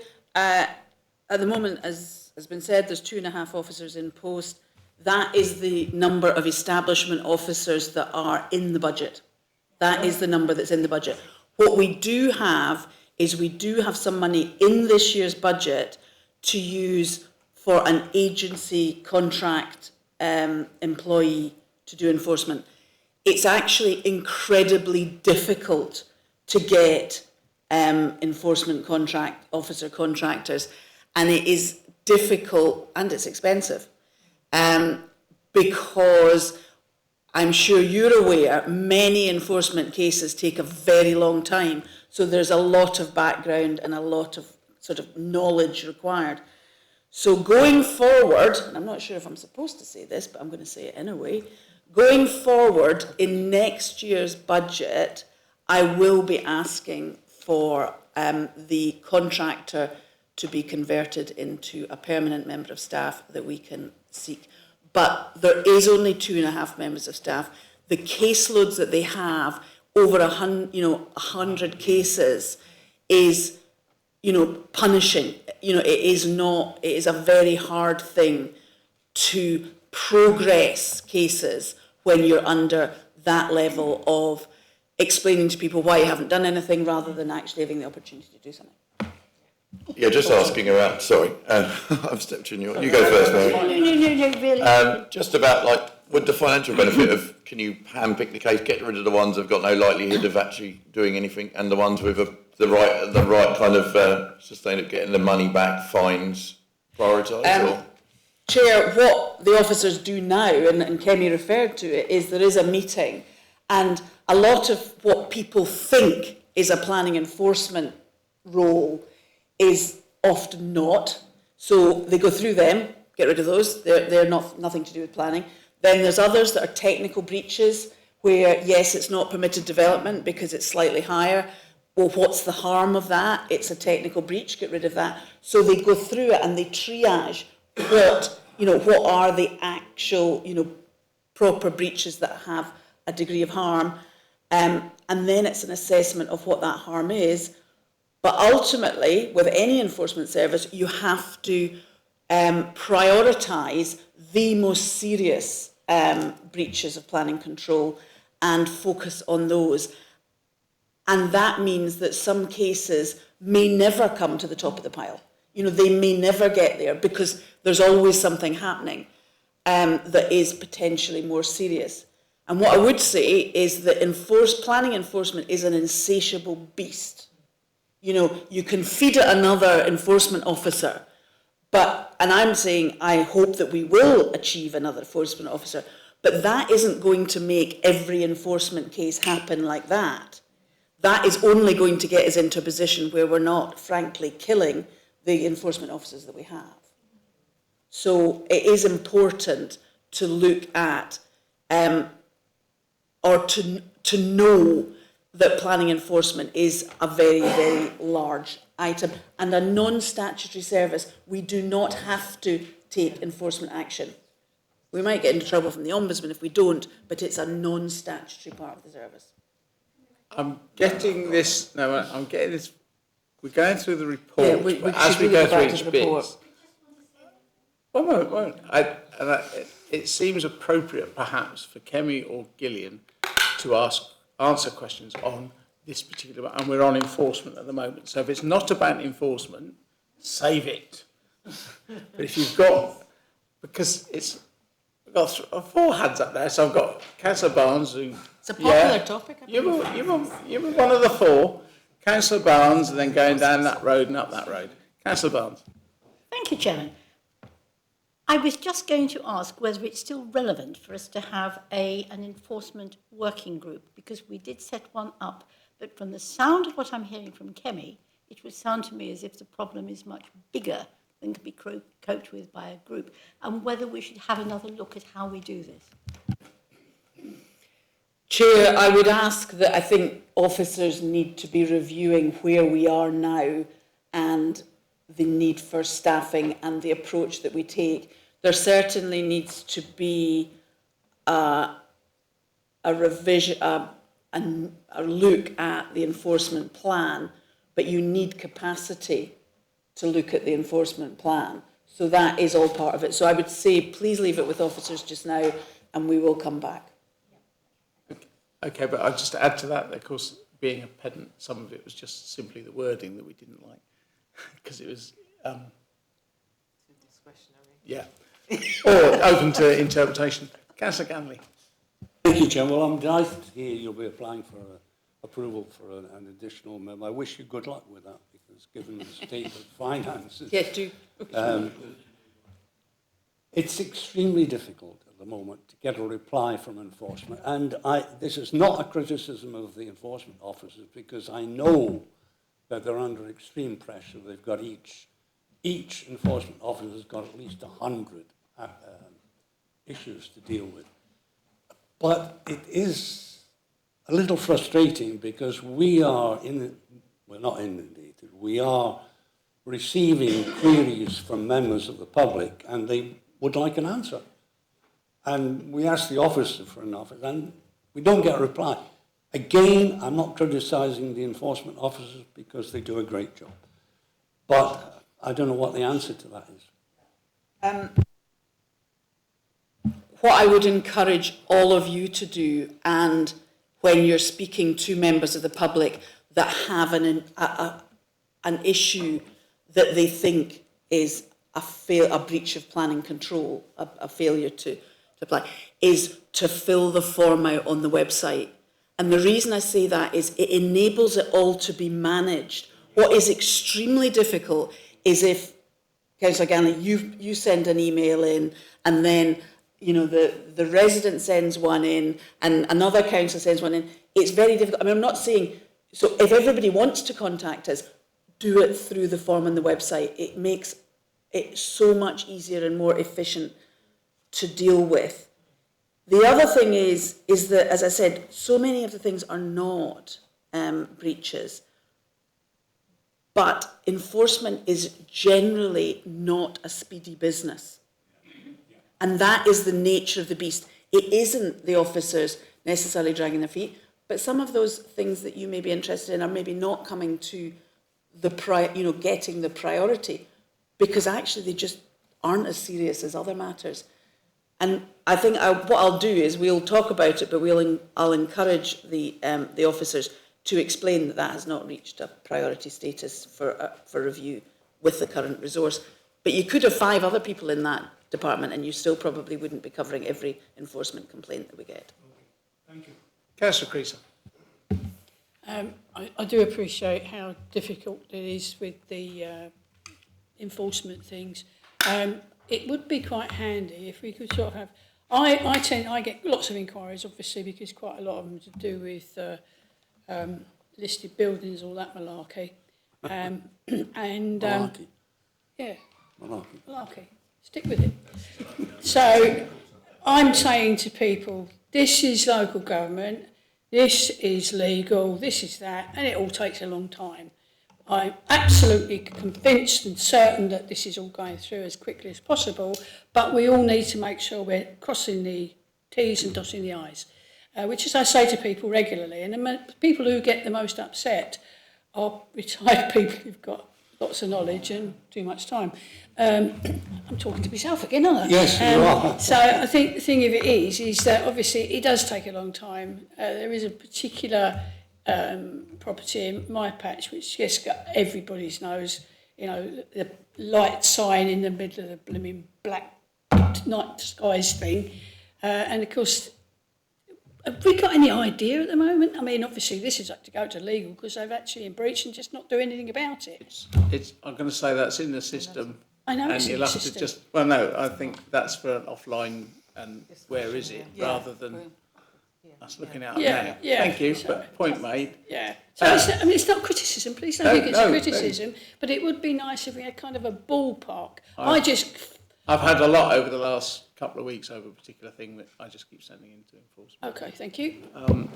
No, again, Councillor Groner, then you. Yes, a question for Gillian. Do you happen to know, you may not have this figure, but I'll be very interested to know it, what the proportion split is between corporate offenders versus private individuals, companies versus residents? We don't record that. I mean, it is just a breach of planning control or not, and is it one where it's expedient to take action or not? We don't distinguish between it, and actually neither should we, because planning is not related to the person. Yeah. It's related to the action. In the case of enforcement, it's related to the action. Now, obviously, we need to find out who's responsible. Yes. The other thing is, can I maybe take this opportunity, because you are all out there dealing with members of the public, and they have a view of how much control the council has, and we do not have the level of control that they think that we have, and they think that we can step into all sorts of private legal matters. When somebody is doing something or damaging somebody else's property, or that is a private legal matter between the parties. Planning enforcement will not get involved. So there are things. Some of the other things, and it's always worth saying to people, is there is a huge amount of things that people can do under permitted development, that they don't need to come to the council for permission. It is a general consent granted by government. So people tend to see something happening. They haven't seen anything. The council haven't told them about it. Well, we might not even know, because we don't have to make a decision. It can be done without planning permission. So it's just worth knowing that. Councillor Gordon. Yeah, a very quick one for you. Enforcement, I think, is very important, because I'm getting a right kicking at the moment, because ancient woodland's been destroyed in Udimore and Breed, etc. And would it help to get a planning officer involved in enforcement? We've got post boxes, bins, buildings going up in ancient woodland, quite important for the AONB. And I think it is quite important for Rother to look after its. I know it's not a statutory thing for us to do it, but I think it's quite important, because the sort of Rother are, I get a lot of stick for it, basically, as a Rother representative. They'd be great. And I do know the enforcement team work very hard, because I've dealt with them, and they're doing a great job as best they can. I don't know the details of the some of what you're talking about, but some of it sounds as if it isn't actually development, and so therefore wouldn't fall under planning. However, we have got enforcement office. We've got, as I say, 2.5 enforcement officers. I will be seeking another one, whether I get it or not, who knows. But we don't have. It's not that we've got enough planning officer capacity that we can say, oh, well, we're not doing anything in terms of planning applications, we'll move you all over to do enforcement. We don't. We are stretched. We have backlogs in other areas of the service. But yes, I get it that it's an important part of the function, even though it's not statutory. Thank you. Really, I was just going to move on to appeals. Go on then, Councillor Mear. I was just going to say very briefly to Councillor Gordon that it's worth remembering that other agencies other than Rother can be involved and have powers and duties as well. In the case of Woodland, there's the Forestry Commission. Tried that. Thank you. Right, moving on to the appeals bit. Kemi? Thank you, Chairman. So moving to appeals and our performance in that aspect. So this is the graph of the of appeals that we had last year.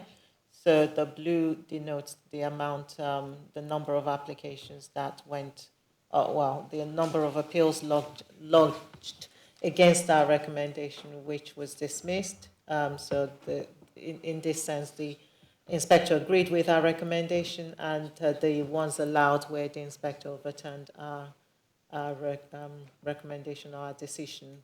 So going down to the breakdown of that, I think the chairman and members wanted to have an idea of how many of those appeals that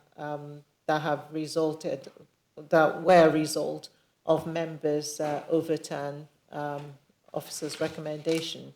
So what you can see at the bottom there, I've tried to break it down. So you've got officers to the, you've got the total number of appeals we've received to the left.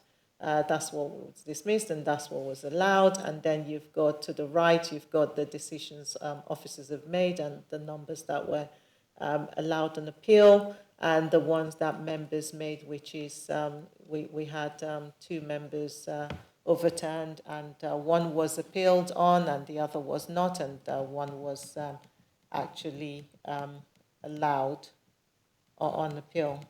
Sorry, one was allowed, one was dismissed, but the dismissed one was actually on officer's recommendation for refusal, so it's not necessarily overturned in that sense. I just wanted to put that there, sorry. Can you go down to the next one? So going to the appeals we've got on hand, you can see what we've got. So the only period I could cover with this for last year was just from January to December.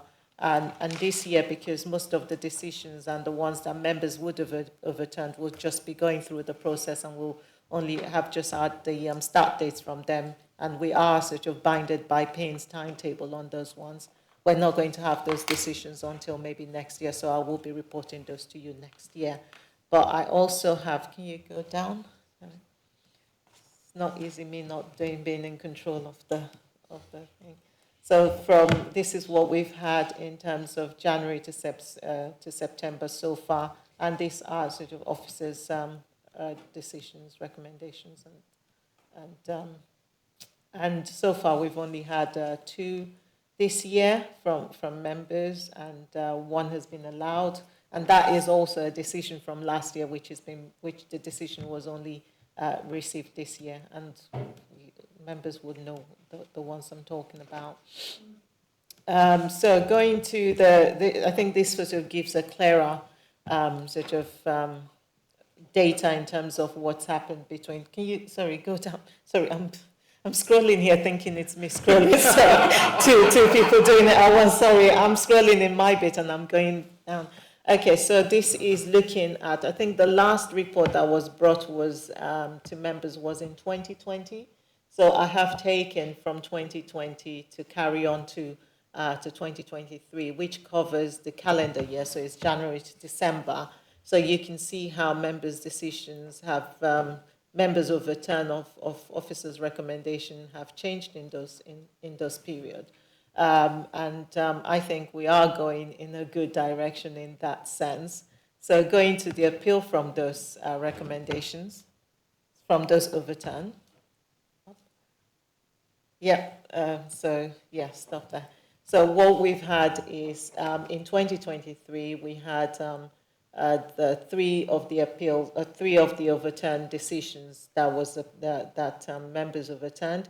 Out of those 3, we had 2 appeals to them, and we had 1 was dismissed and 1 was allowed. So that equates to 50%, which, if you can see in the grand scheme of things, we still are not meeting with the government's 10% threshold for the quality of decisions.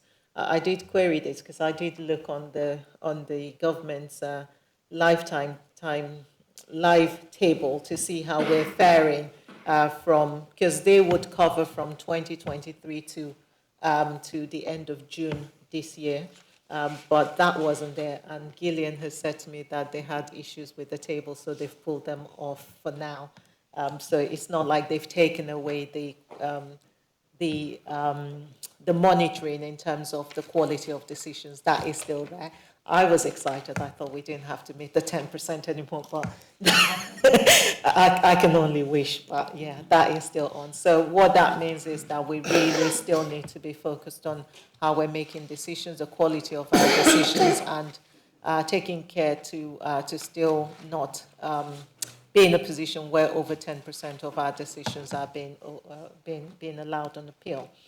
I think I'm right in saying, though, that because of that, the government taking that down, there's no way of us checking. We can't check. We can't even guess. But we are not. We can't look at old ones, but we're not doing well. But it's at what point we start ringing alarm bells, because we do not want to be designated either because of speed or quality or major or minor, because we end up not even being able to decide whether or not to open a paper bag. Yeah.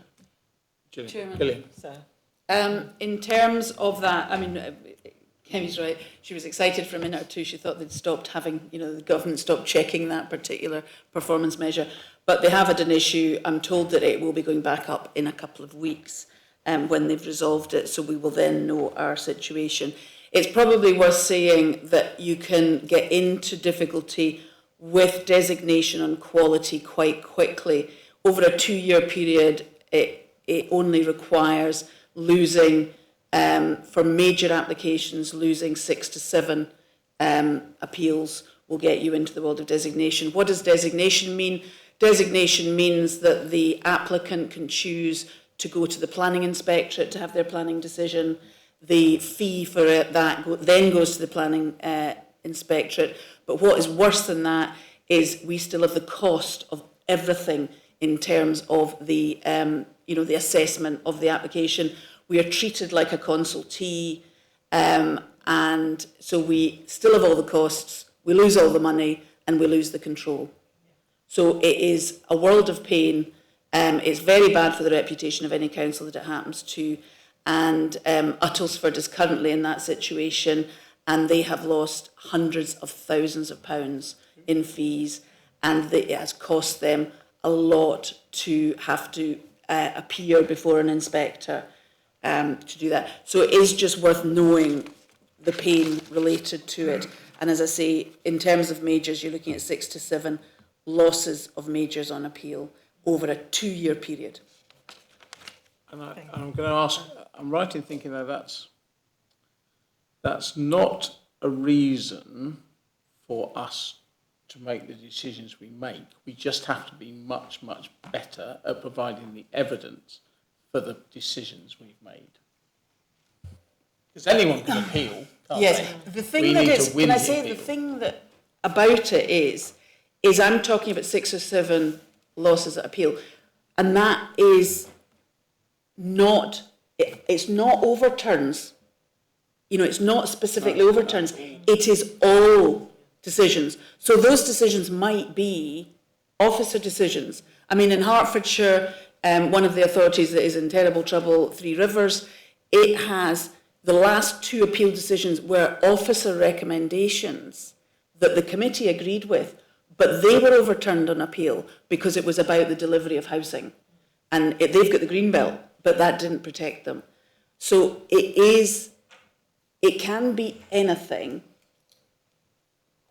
And whether you need to take that into account, I would say that you probably do, because you need to be absolutely sure that you can defend, and the officers the same, need to be absolutely sure that we can defend any refusal and that we will not end up with a large number of applications allowed in an environment that is saying housing is a key consideration and is a key priority of this government, and they've made it very clear. And that the requirement and where we are with the housing land supply is in such a significantly poor position, and it is only going to get more poor because their numbers have increased. So I think you need to take it into account, because it will, it is a fact that could happen. But it doesn't say it will happen, it just could happen. But I'll try and give you, when we get the table back up, I'll try and send something around so that you know where we are. Thank you. Sorry, back to you, Kemi. Oh. No, he's not asking the question. Okay. He's always in that. Okay. Another thing that I was asked to clarify was to show the sort of members, the decisions that have come to members, and how the decisions were taken. So these are the decisions that were referred to the planning committee from January to December last year in detail, and you can see all the cases that was brought to you. The ones with officers' recommendation and where members have overturned or gone against officers' recommendation, and whether or not there was appeal to those overturn. And just going down, just keep going down. So that is just in detail. I'm sure you can look at this at your own time. It's all in there, just to show which ones was overturned and that. So yeah, I mean that is essentially what we've got in terms of the appeals, and next year we'll be able to see the ones that the decisions have come through the committee, and if they were appealed, then we will be able to report those decisions to you.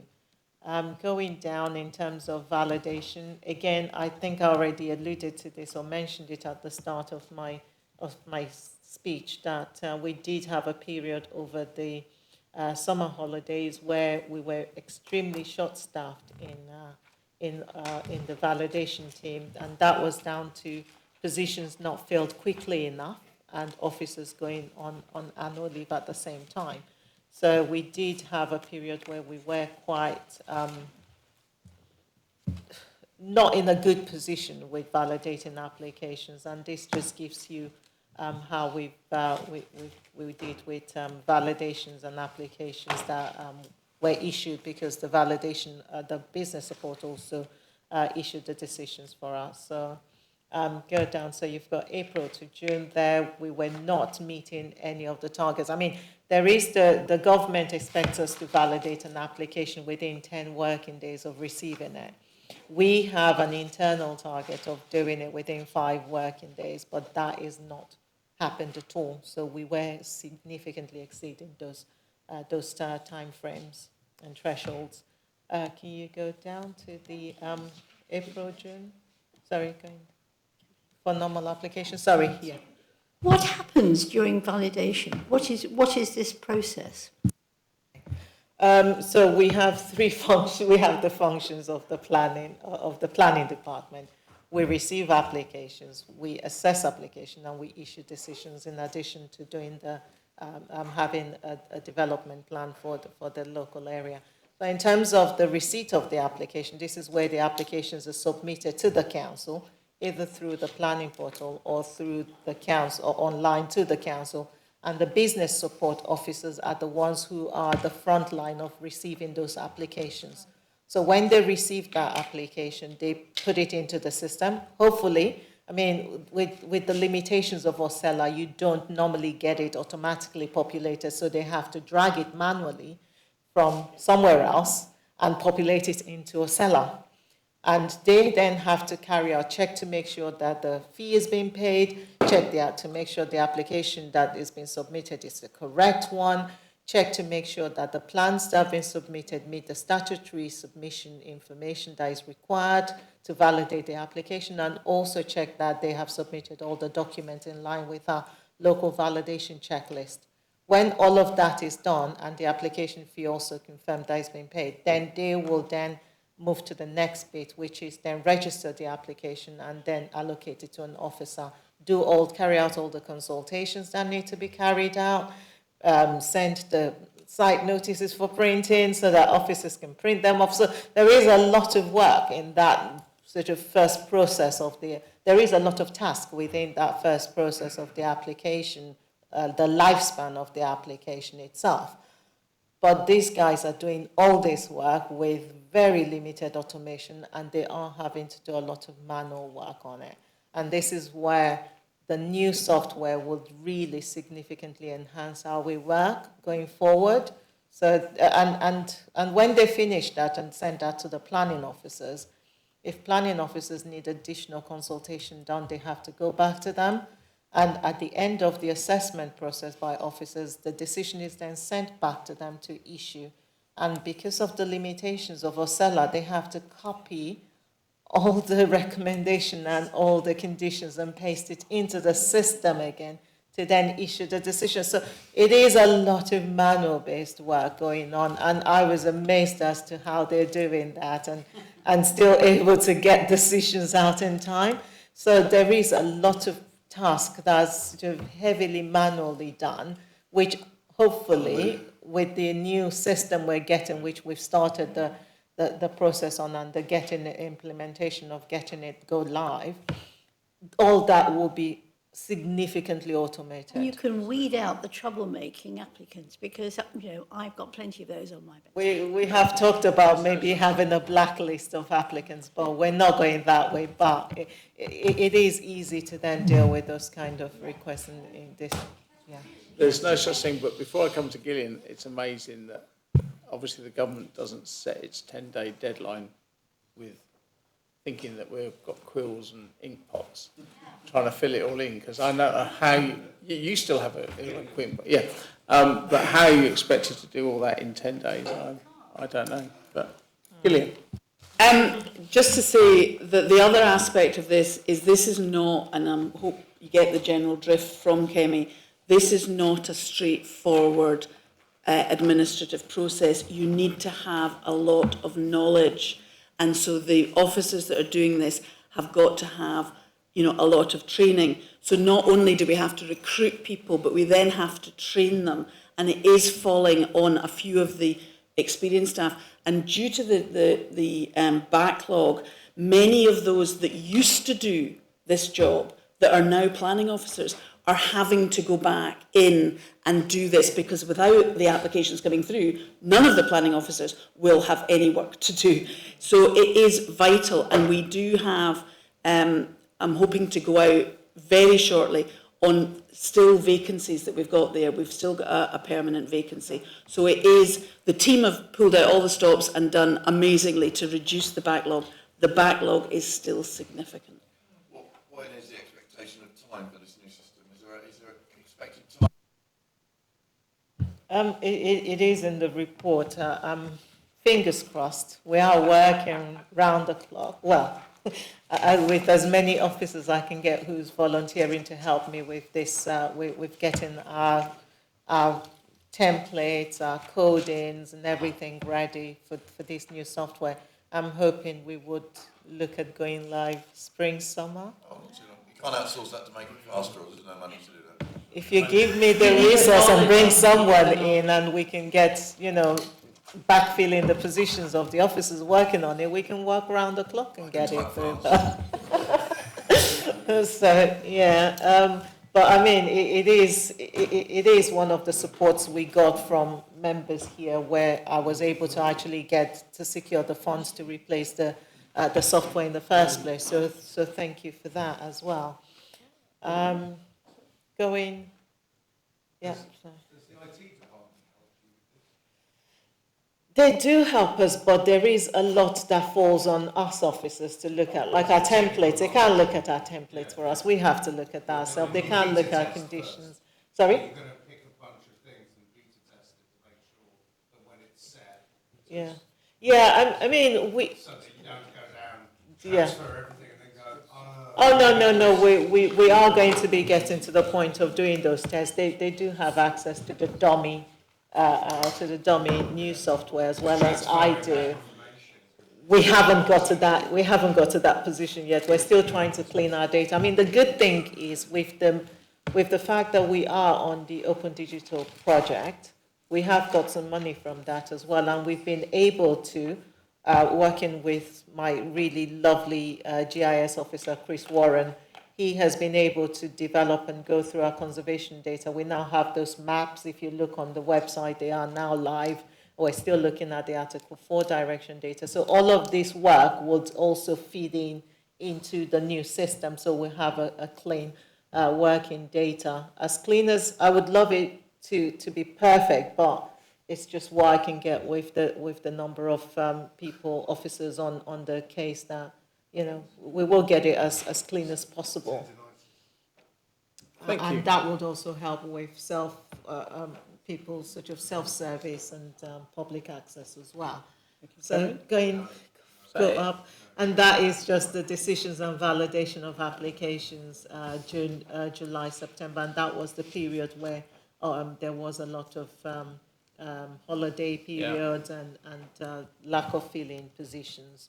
So that is it, members, and thank you for your continued support, and just bear with us. We are doing the best we can, but we... Thank you very much for that, Kemi. And I just said to Gillian, we need to explain, we need to find out what's involved in validation, and then Councillor Barnes asked the question. So we've had a whistle-stop tour of validation, but I still think, the offside rule. Go on. So thank you for that. Very useful. And